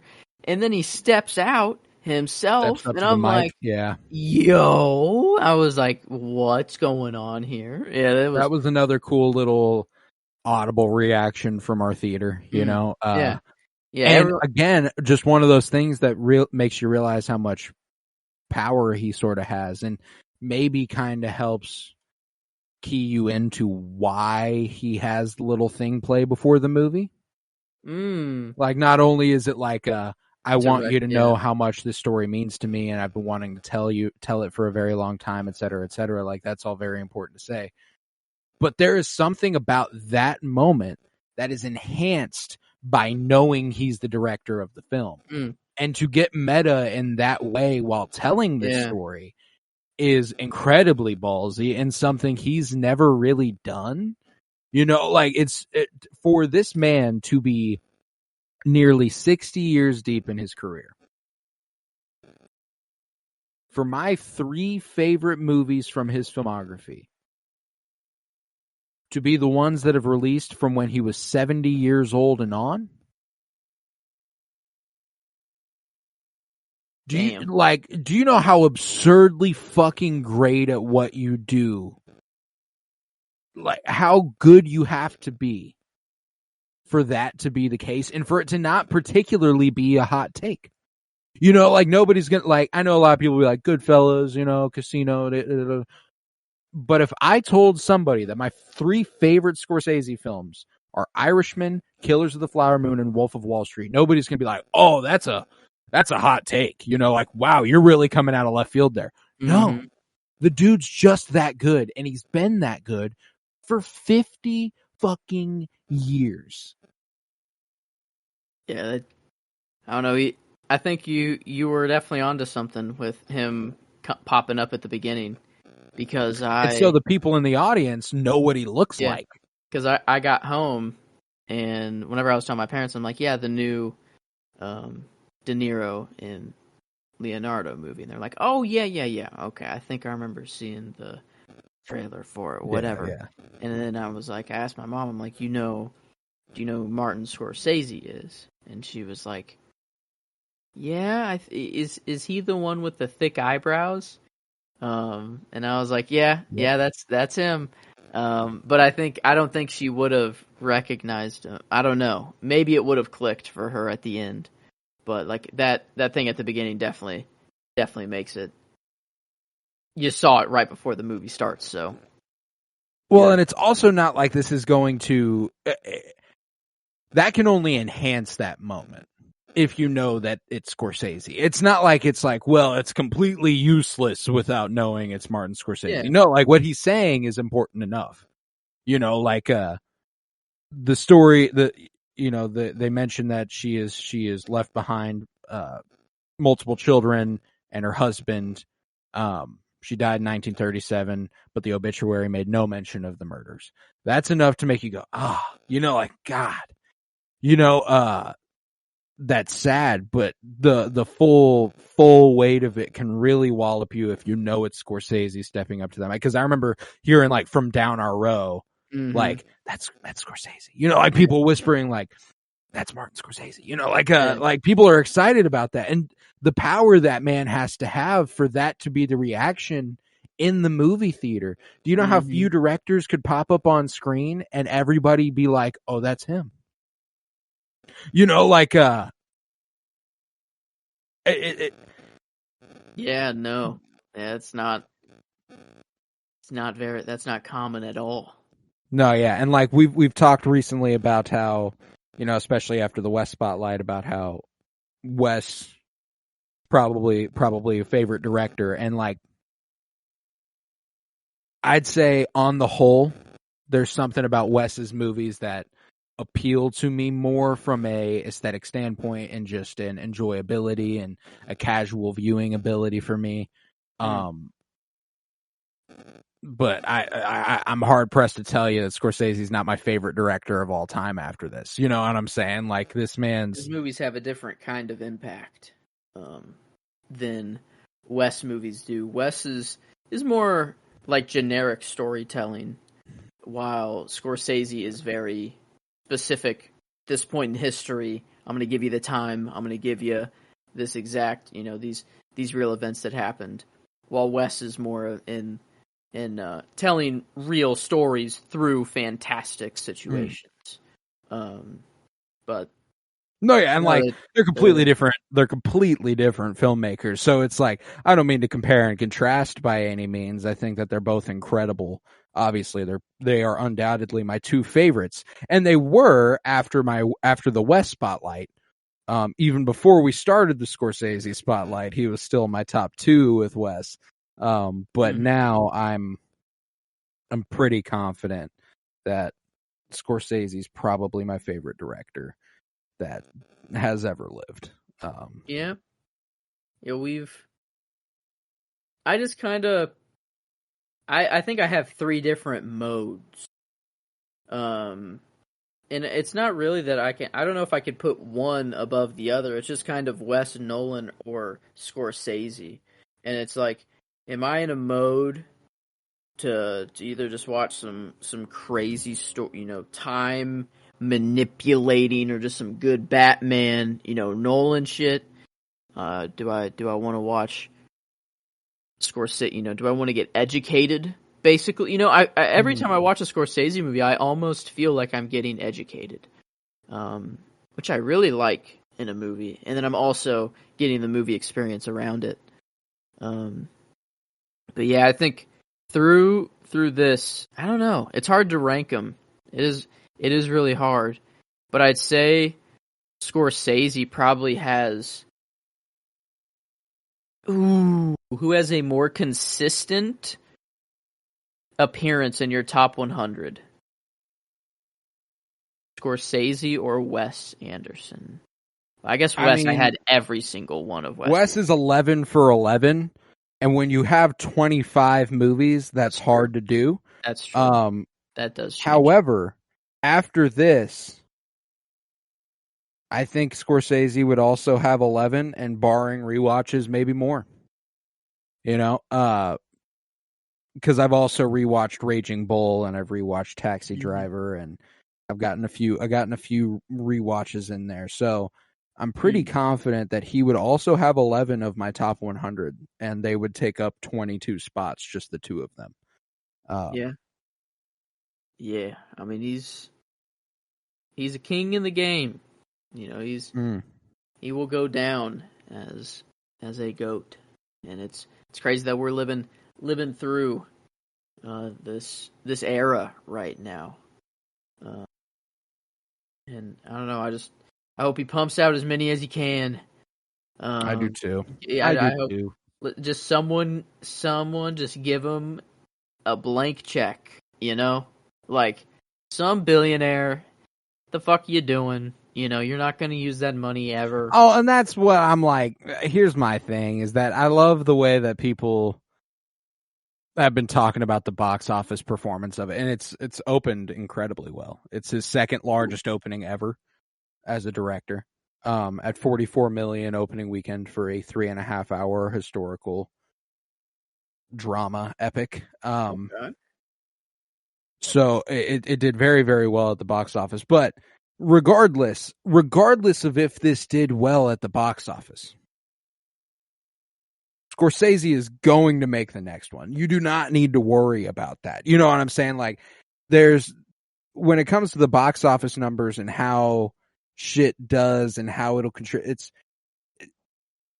that's Marvel shit. That's the stuff that's like the stuff that's ran like a business, not like it's art. Not like it's not like it's. It doesn't have to be. The purpose isn't for money. No, Scorsese will always make the next movie as long as he can. Now, a Marvel movie flopping means they might not make this type of Marvel movie anymore because they're worried about making $1 billion. That's what they want to do with every single fucking movie. Just because it's possible, they think they can do it every time. Yeah, but this is so that's the thing. More of is the that art form. Yeah, it is more of the and it's because of the MCU that's become such a massive point of discussion, box office performance. And it just doesn't fucking matter to me, dude. I do not give a shit. I don't. Because here's the thing. someone brought up a really good point that is devastating. Absolutely fucking devastating, and I pray they're wrong, but I don't feel like they are. Which is that, going to see Killers of the Flower Moon, going to see Napoleon, going to see Oppenheimer and stuff.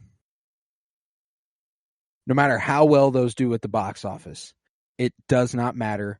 Once they're gone, studios will stop giving people money to do things like that. Once Scorsese's gone, once Ridley Scott's gone, once these guys are gone, there are not directors with enough notoriety besides Christopher Nolan that will get money like that for projects that big. Oh.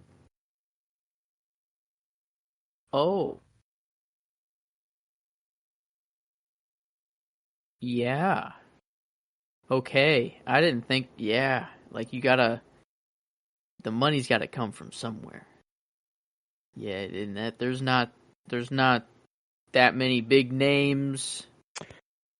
And therein, it doesn't matter how well any of this does at the box office. Because once they're gone, once Coppola, once Scorsese, once Scott are gone, we don't get anything like this anymore anyway. There will be people who want to tell those stories, but they will not have the means to tell those stories. And maybe one day again they will. I pray that person is wrong, but it sounds very likely though. It sounds extremely possible, and that's sad. But here's the thing: who knows who emerges in the next 15 years as the biggest filmmakers in the industry and the next generation and stuff? Because Nolan and Wes Anderson are not old people. They're not in the slightest. They're 50, so. Hopefully they've got very long lives ahead of them, a lot more time to create. And Nolan is the one there that's like, well, then that's not entirely true, because if Nolan's still creating, we still have opportunities for movies like this, and we still, there's a chance that there will be more filmmakers who take after him thereafter, and they start pumping stuff out that's like that. And, hopefully the cycle perpetuates, and we just, we keep getting these legendary filmmakers who can create on a scale that studios want to create on, because they want to make a lot of money, and it feels like the business side of it's to the point where they feel like they have to put out something fucking huge to make money. Dial of Destiny cost like $300 million fucking dollars. Damn. That's ridiculous. You know what I'm saying? Like, yeah, that's a whole lot of money. Sorry to get off on that tangent there, but this cost $200 million. This was a mega budgeted film. Like, I guess, that is entirely on the back of it being like, you're Martin Scorsese. You want to make a movie? This is how much it'll cost. There you go. You know what I'm saying? Like, wonder how much like De Niro and Leo get paid for a role like this. Like, how much? How is that filtered? Is that factored into the budget? Always, pretty sure, the actors. Man, yeah, that's $200 million. I guess. I mean, the sets were pretty impressive. Like, it looked like they built kind of like a little mini town. Oh yeah. With all those lights like strung up and stuff like that. I think they really kind of built like a little mini town. I mean, you take this for granted and stuff, but like the train car that arrives at the beginning, it's an old-timey train car that is not running anymore. Like that's not a passenger liner that reminded me borrowed. Of Westworld intro. Good old Teddy arriving on a train in a old timey place. Yeah, it fade from black and white into color as it pans up to him and stuff. Like, that was really cool. Yeah, but let's talk about some of the visuals. Like shot wise, there's some gorgeous imagery in this. Rodrigo Prieto, he's it's a shame he's got two of the best looking movies this year, in Barbie and this, being the cinematographer for both, and it's still probably going to be Hoyt van Hoytema for Oppenheimer, who wins wins the Oscar. But regardless, a fucking gorgeous film, dude. I mean, beautiful to look at. and I had a couple early candidates within the first like 10 minutes of the movie. Whenever they're doing the pipe person ceremony at the beginning, and he's like, the children, they look through, and they're kept on the outside and stuff, and we see children looking through the reeds that the hut is made out of, and you see their eyes like gleaming through, and I thought that was fucking gorgeous. It was just immediately. It's funny, we've been doing the Scorsese project, and I've been like, oh, well, this is now my favorite looking Scorsese. This is now my favorite looking Scorsese. I think this man at 80 years old put out his best looking movie ever. I think you're right. Yeah, looking back. No, this one was beautiful. Yeah, no, this... And he's a gentleman, and he gets a lot of big scenery. He chews up a lot of, The Last Temptation of Christ, some parts of Casino. You're outside, you've got these big, but he is a filmmaker of hallways and small rooms and houses, and you get a lot of that here as well, like that room you were speaking to earlier, and their bedroom, and the room in Hale's house when the fire's raging outside, and like that's where he thrives as a filmmaker. But to get this grandiose outdoors movie for a lot of it, like they spend a lot of time outside, which is not something you get from Scorsese a lot. There's a very simple shot that almost was my selection, but it was just, I'm pretty sure De Niro is in the passenger seat, but in the front of a car. It's kind of like a convertible, but the roof's still, it's like a long ass car. Like, I mean, I remember it just being long, and the top just like was long.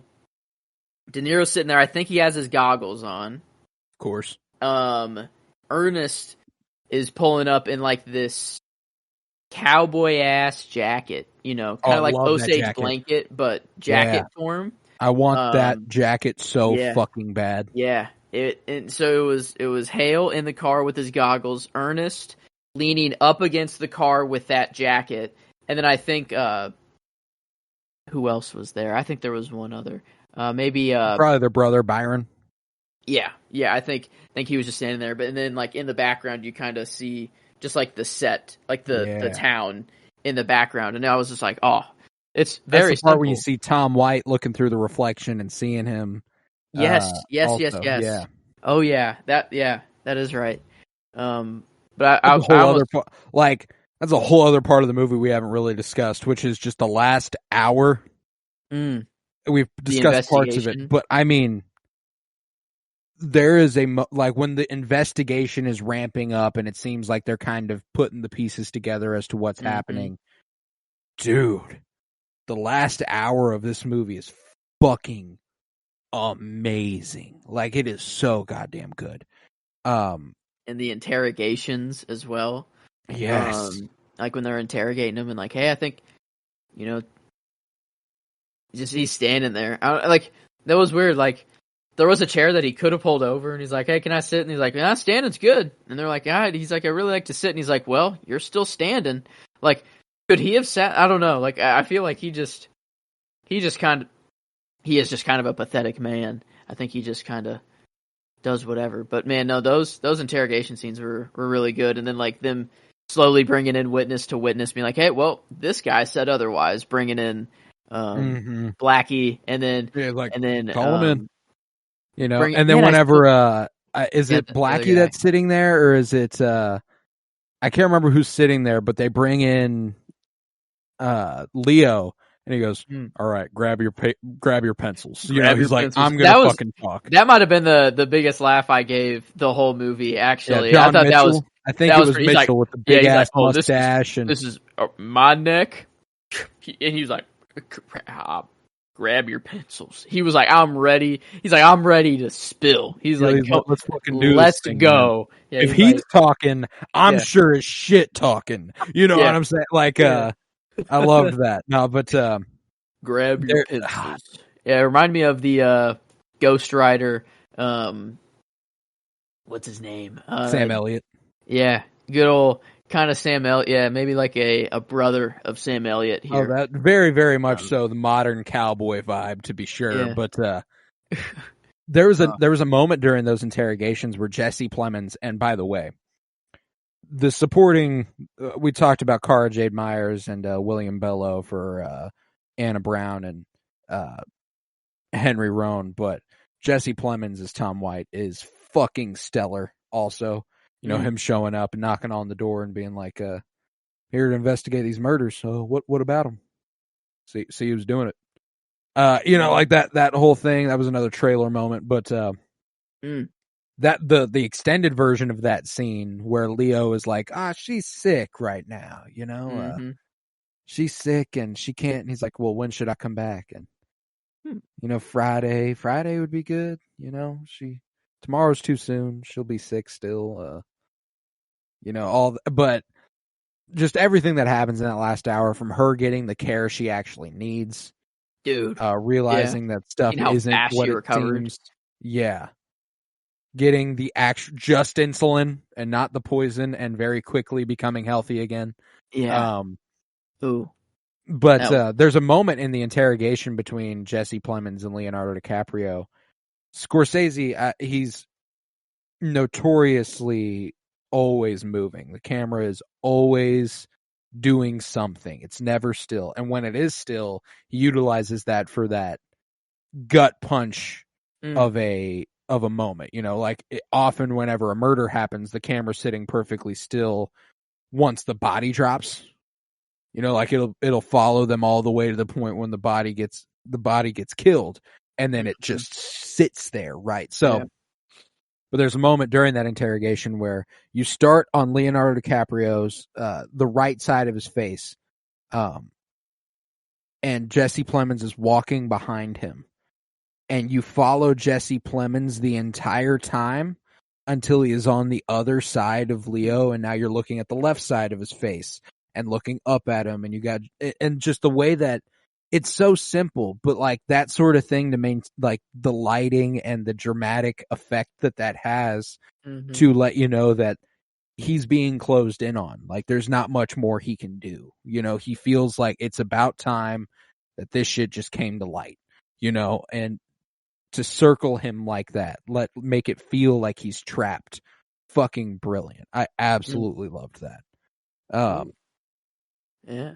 No, so there's a lot of really, really strong contenders for shot, man. Yeah, really. I don't know. One that I just remembered was after the little FBI meeting, I guess outside of Hale's house, or they could see it in close proximity. They see it light on fire, and then you see. Well, is it Hale's house? It is Hale's house. It's on Henry Roan's land, though. That's something that's pointed out at the beginning of the movie, I'm pretty sure. Where he's like, whose land is all this? And he's like, it's my land. Yeah. Yeah. But then just the all the flames, and then you have the workers kind of, digging the trench or whatever, and just like the slow motion of it, and how it slowly gets like more and more distorted as well. I thought was kind of cool. And I've seen an IMAX $30,000 fire insurance policy yesterday. Oof. Yeah, that's not very subtle either, Mr. Hale. No, he's not. Bought a fire insurance policy and is like, you know what? I'll just burn my shit to the ground. Oops. Yeah, that was awesome. And then the like how it's surrounding the house, and then you have Ernest and Molly that are there. I think they're upstairs. Yeah, they're there and seeing it out the window. Just kind of, I don't know. Like there's the whole time, like I'm watching the movie, I'm just like, man, what these people's lives would be if like just. Ernest and Hale, like if they just weren't there, like if how much better their lives would be, and like just seeing the hell they're like bringing them through, just because they got some oil on their land, just for some money, It's crazy. Crazy what people will do for money. Dude, yeah. A completely made up thing that isn't even real anymore. It's not even based on anything. It used to be based off gold. Now it's just, fuck it, it is because we say it is. That's crazy that people, like, it's an interesting concept to wrap your head around. But, yeah, I mean, when you look back at the foundations or the structure of modern day America, it's usually not good. No. And yeah, this is definitely a very showing example of that. Yeah, man. There's a beautiful moment with Molly, like, because one thing that you get afforded the opportunity to do with Ernest being the central figure of the story and kind of observing Molly almost is that she doesn't need to know everything, but she can be extremely distrusting and suspicious of everything, you know, and there's that moment whenever the doctors arrive at her house to administer the shot. And she's like, I will not take the shot from them. Either you do it or I don't get the shot. You know, like that's what's going to, but they're speaking in their, the native tongue. And yeah, Leo is sitting by the bed looking at her, and you almost see like a perfect profile silhouette of her.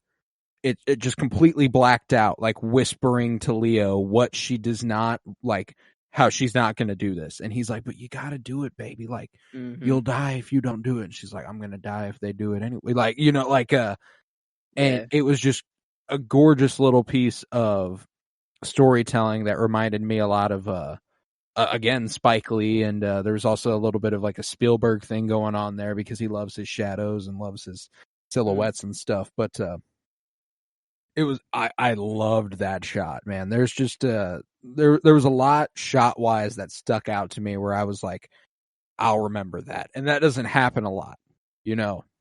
Yeah. Usually it's like, there was one or two, but there was like a lot of stuff in this movie that I was like, visually, that is imprinted on my brain now. That is fucking gorgeous. Yeah, the final shot as well. It was beautiful. You know, of course, the slow just rise up. You know, people dancing in the shape of a flower. That was very nice. Nice to see. I also just liked whenever they explained what the flower moon was, and you saw that beautiful field. Oh, gorgeous of just field. Endless flowers. I'd understand why you'd celebrate something like that. Because man, that does look awesome. And the oil dance, that was pretty cool. That might be what I end up having to go with, just because, I mean, dude. How'd they do that? Did they just put like a hose in the ground, like a pump, and then just... Probably. I think they actually used real oil. Probably not. That would probably be wasteful. Maybe that's contributed towards the $200 million budget, though. You know, they were like, "Fuck this oil. We're gonna waste it for a movie." How do you like it? How you like me now? Yeah, no, man. I might have to go with that just because it was like the slow motion of it, the oil flying through the air, and again, it's something that Rodrigo Prieto and Scorsese have always been so fucking good at doing. There are so many just mundane shots of people looking at the camera that are fucking brilliant, because there's so many, like Lizzie Q, whenever Ernest walks into the house and turns the corner and she's just staring. She almost looks like the Mona Lisa, you know, she's just sitting there looking up. She's real regal and she's got her posture real perfect and stuff. She's just staring at the camera. Just something about the faces in this movie are like, it's just so perfectly captured, and it's something that he's always had an knack for, but specifically him teaming up with Rodrigo Prieto. Like, I sent you that shot from Wolf of Wall Street, that opening shot I was talking about for The Irishman. Yeah. there's a couple of those moments in this movie when they're in the hut discussing how they're going to put a bounty basically on the head of the person who's doing the crimes. Like, there's a reward for anyone who can find him, not necessarily a bounty, but they've generously, they're going to do a $3,000 reward, and he's like, I'll add that. But the gentleman who's talking at the front, there's two people sitting to his left, there's one person sitting to his right, and there's like three people behind them, and you see every single one of their faces, and it's just like the staging and blocking of that. It's fucking gorgeous once you start to really pay attention to that sort of thing, and it's something that these two just have a fucking knack for. So in a movie chock full of beautiful imagery, I have a real tough time picking a favorite shot. But I think I might go with the first one that hit me, and I think I might go with the children looking through the reeds in the hut, trying to see inside of it and see what's going on. And seeing it in IMAX too definitely helped. It does. I mean, especially there's something about this movie that, I mean, an IMAX viewing is warranted. Simply because, I mean, the visuals, they deserve to be as big as you can possibly see them. It's a quiet fucking movie. And if you saw this in digital, it might be hard to hear. That's because there were points during IMAX where I was kind of like I had to listen to hear what was being said at multiple points. But it did get quite loud as well. There were there are points where it's loud as fuck. Like, very overstimulated, like, in that Molly's, like, I feel like she's literally just being overstimulated. Like, I'm in the back of the car, like, the race is going on, there's... dude, horses, she, like, covers her ears, yeah. There's, like, a couple moments like that where it just goes crazy for a minute. Yeah, and again, there's... there you go with another example of just the crowded setting whenever Ernest is like he's, like, watching the race, and he's like, whoa! And you see all the people running by, and... he sees Louis cancel me for the first time, and they hug and embrace, and he's like, oh man, it's been a long time. How you doing, man? Just the courtroom scenes, all the faces in that, like it just like steadily goes backwards in a straight line because of man, it's a beautiful looking movie, and I can't get enough of it. And somehow, nearly 60 years into his career, he's still making the best movies he's ever made. Dude's just brilliant at what he does. He's a once in a generation filmmaker, dude. And we know his next one, and it's with Leo, and is it Scorsese, or am I mixing this up? The boat with the wager. That's Scorsese and Leo. Yeah. That sounds pretty cool. Well, I mean, I was seated no matter what for whatever he was coming with next.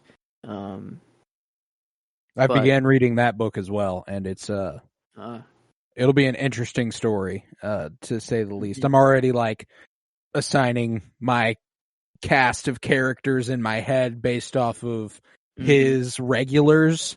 Like the people who appear in Scorsese movies. I'm like, oh, I want this guy to be played by this guy, and this guy to be played by this guy, and all that sort of stuff. So, I think my reading schedule has been blocked out for quite a while. I did the thought experiment that we did whenever we started Thrones, the coverage, and being like, how long will this actually take? Because I started reading the first couple chapters of Game of Thrones, and I'm like, wait a minute, how long is this actually going to take me? Because I know I'm going to want to read every single book.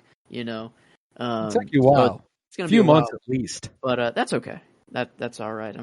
I'll get back into it. It'll make me a better reader, and it'll probably make any other book very easy to read. So maybe I'll be able to read The Wager before it comes out.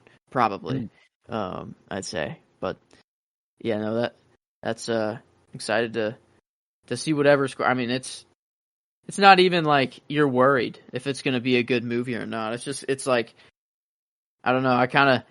I wasn't worried with Killers. I didn't go in with like over the top expectations, though, I guess. I didn't think I'd get a top 2 Scorsese favorite. I invited it, but I thought for sure this was landing 5 to 10. I was like, just because again, I haven't placed what I've got right now on my Scorsese ranking at 8 is Mhm. After Hours. So it's like, Wow. Yeah, I think that's my like 4. I think. but regardless, it's like, oh, that's one of the best movies I've ever Ooh. seen. 9. After Hours is 4 without Killers of the Flower Moon. So it's definitely going to be 5. That's for sure. Killers for me, yeah, I mean it's better than Gangs of New York. It's better than Wolf of Wall Street. It's better than The Irishman. Yeah, I think it's taken the throne, for me, for Scorsese. I think I'll keep it there. I'll have to give The Irishman another rewatch to see if it can beat out. Yeah, Wolf of Wall Street. I'm at a point where right now it's 2 behind The Irishman.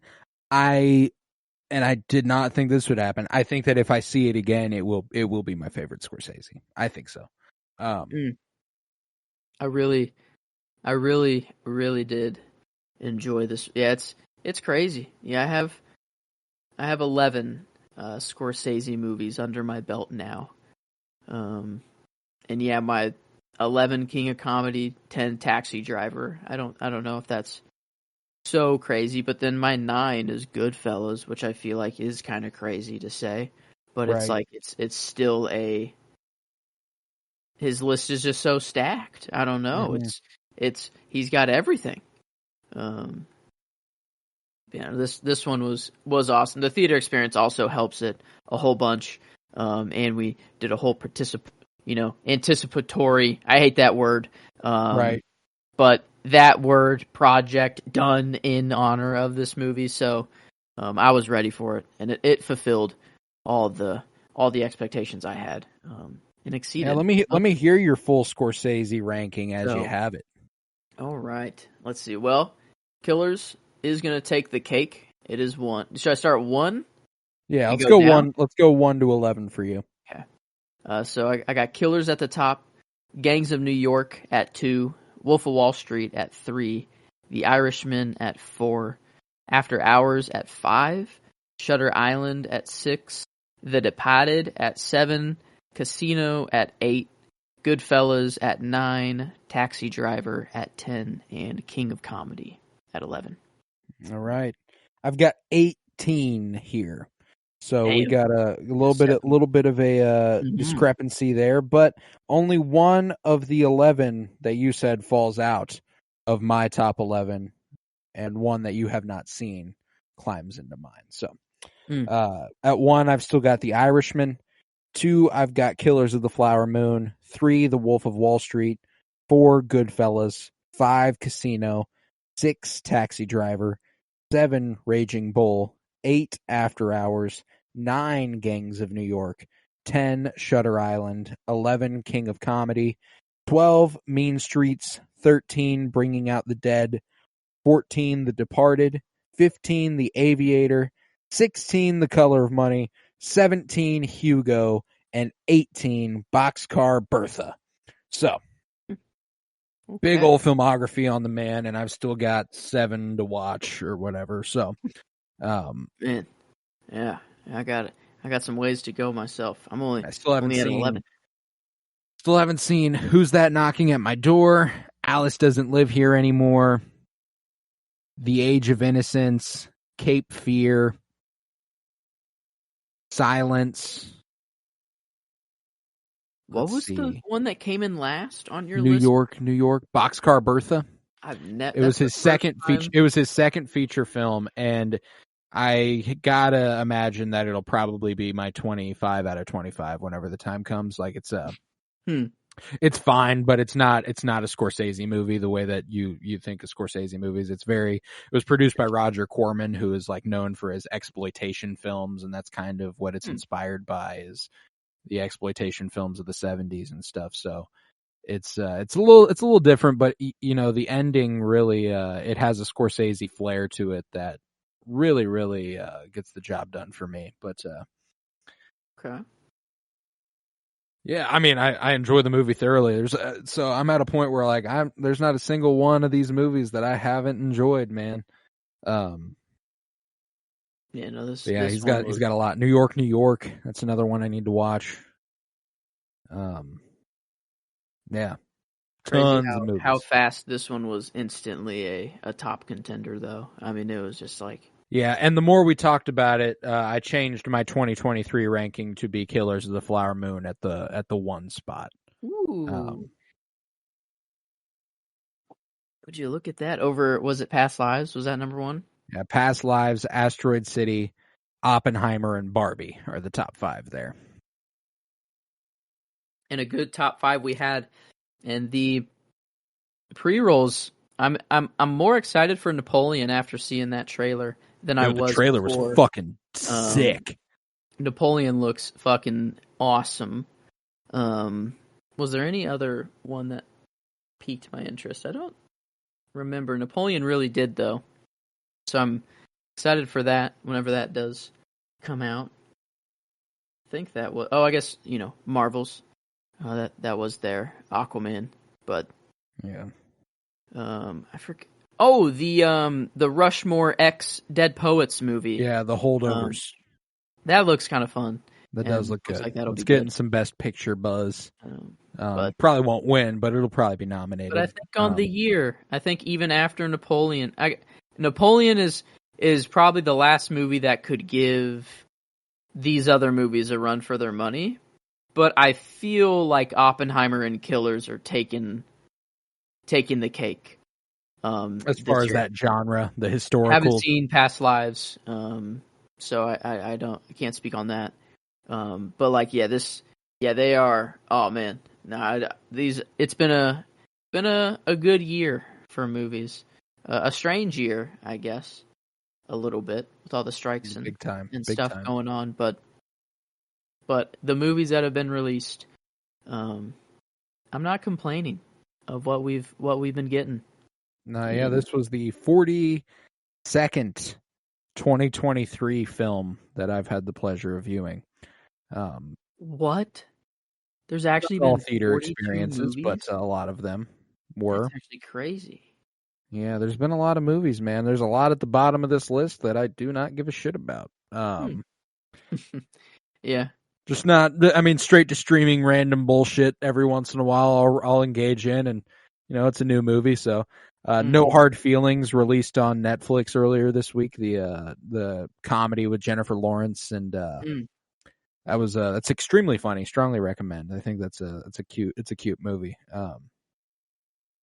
Yeah, no, there's just a bunch of random bullshit, few shorts. So if you don't count the shorts, like if you wrapped all the Wes Anderson movies up into one, I'd be at like 40.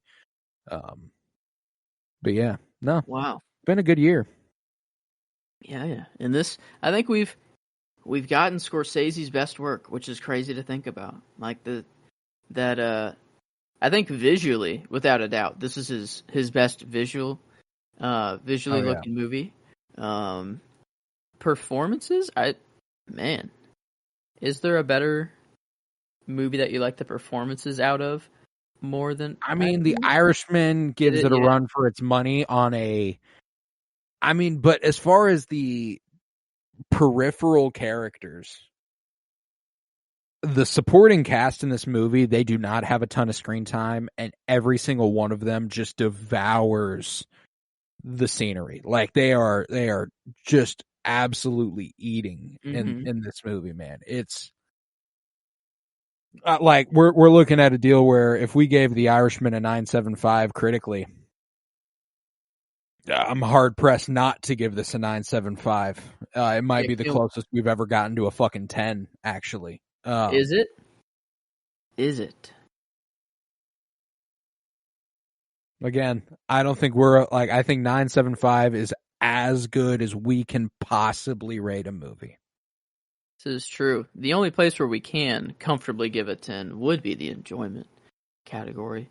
And hey, man. I would be 100% okay with a 10. I would. Because I think I think The Irishman is the closest comparison that we have here. Like I came off The Irishman like, oh, holy shit, that was so well made. Marty is fucking a goat in the game. I'm watching a master at work, and this is after that. He's already been a master. So now we're being, put through Marty's director's school, his master class.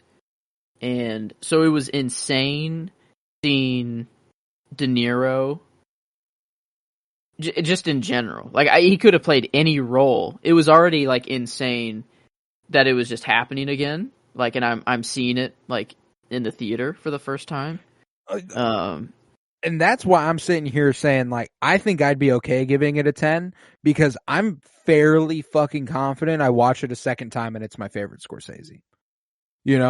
Like, the only reason I didn't put it above The Irishman is because The Irishman just became my favorite Scorsese movie last week. You know what I'm saying? So I'm like, I want to give it a little time to be my favorite Scorsese movie officially in my head. But if I see Killers a second time in theaters, it's almost certainly going to be. This would be the king, the top dog of all the movies we've covered in the director's spotlight. I believe it. I mean, it's up there with The Irishman and Grand Budapest. I think are the only 9.75s that we've given. Yes. And yeah, I mean, it is up there without a doubt. Little Women coming close, 9.67. Yeah. I think we're there. I think it does deserve that little notch over The Irishman. I would put it over I did. I think I will. Like, I'm very confident that within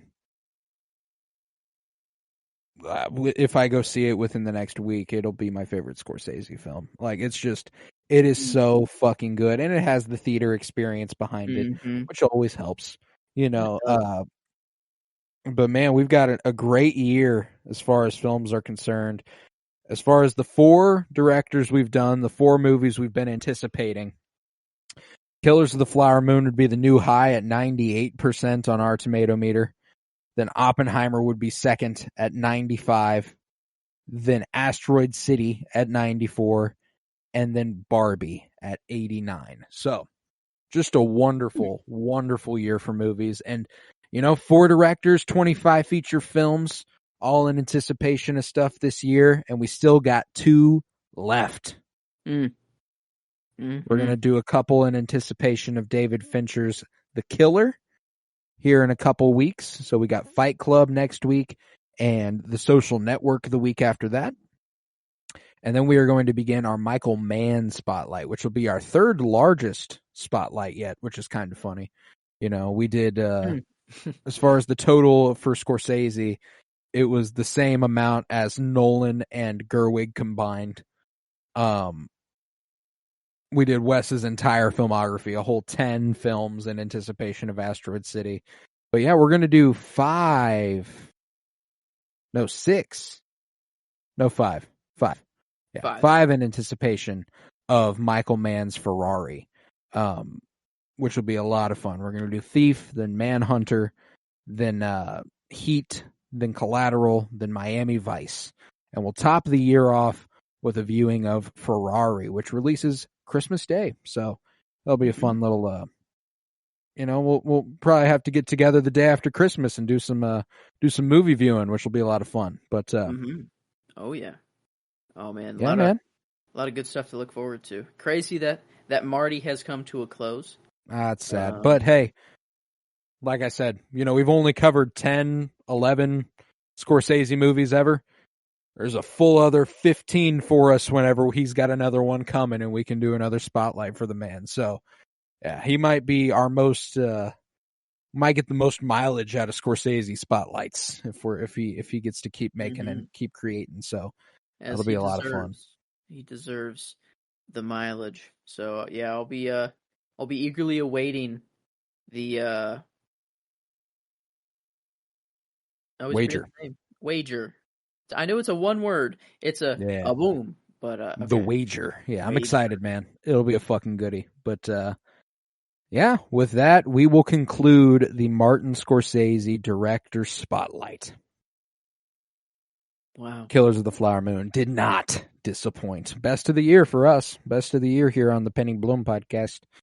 But if you would, Head to patreon.com/𝗵𝗠𝗄𝑀Pod, where you'll find over 50 hours of exclusive content, all sorts of shit over there, including the planning for our 5x5 Halloween episode coming out next week. And I'm so very excited for that. For $3 a month, you can support this podcast financially, which is huge because it costs me money and I don't make any off of it unless it's over there. Head to Twitter, follow at @PennyBloomPod, follow on Instagram at PennyBloomPodcast. Remember to leave a 5-star rate and review wherever you might be listening, and to continue downloading. We are just a few hundred downloads short of my goal for the year, and while October has been a slower month, we would have to do fucking terrible for it to not get reached this year. So I'm thinking that we're there, and I appreciate everyone tuning in. Remember to stand in solidarity with SAG-AFTRA as they continue their struggle against these studios. They deserve to own their likeness. They deserve every penny they're asking for, because without them, without Lily Gladstone, without Leonardo DiCaprio, without Robert De Niro, without William Bello, without Cara Jane Myers, without Brendan Fraser and Jesse Plemons and all these guys and all these gals, there would not be such a fantastic fucking movie before us here with Killers of the Flower Moon and so many other great films this year and so many other lesser films. I don't care if a movie's not good. I don't care. Somebody worked on that shit, and you know what they deserve for that? To be paid properly. You know, that seems only fair. There was a straight to Amazon movie I watched the other day for the season, Totally Killer. I don't know. Nobody made shit off of me watching that. You know, that barely made any money for anybody, and that fucking sucks. You know, I think that everybody deserves to be compensated fairly for their work, especially in the age of streaming, when they can get away with so much without giving back at all. So, doesn't seem too complicated to me. Stand in solidarity with SAG-AFTRA. We need unity. We need solidarity. Forever. Solidarity! Forever ingrained in my brain. That's for sure. Oh, yeah. Never forget Al Pacino's good old Jimmy Hoffa. performance of Jimmy Hoffa there. But, yeah. With There we that, are. I was Colton Robertson, and I was joined by Joseph George. Thank you very much, homie. Oh, thank you for having me. It's always a pleasure to be here. Oh, and it is always a pleasure to have you. Remember, before I do this, my favorite line of the movie, I don't think I ever actually said, was Lily Gladstone delivering a line that said, "These blankets are a target on our backs." And I thought that was just a brilliant fucking delivery of that line. So that was my line, but I'm going to top it off with Joe's. Remember, peace, love, and bloom. And can you find the wolves in this picture?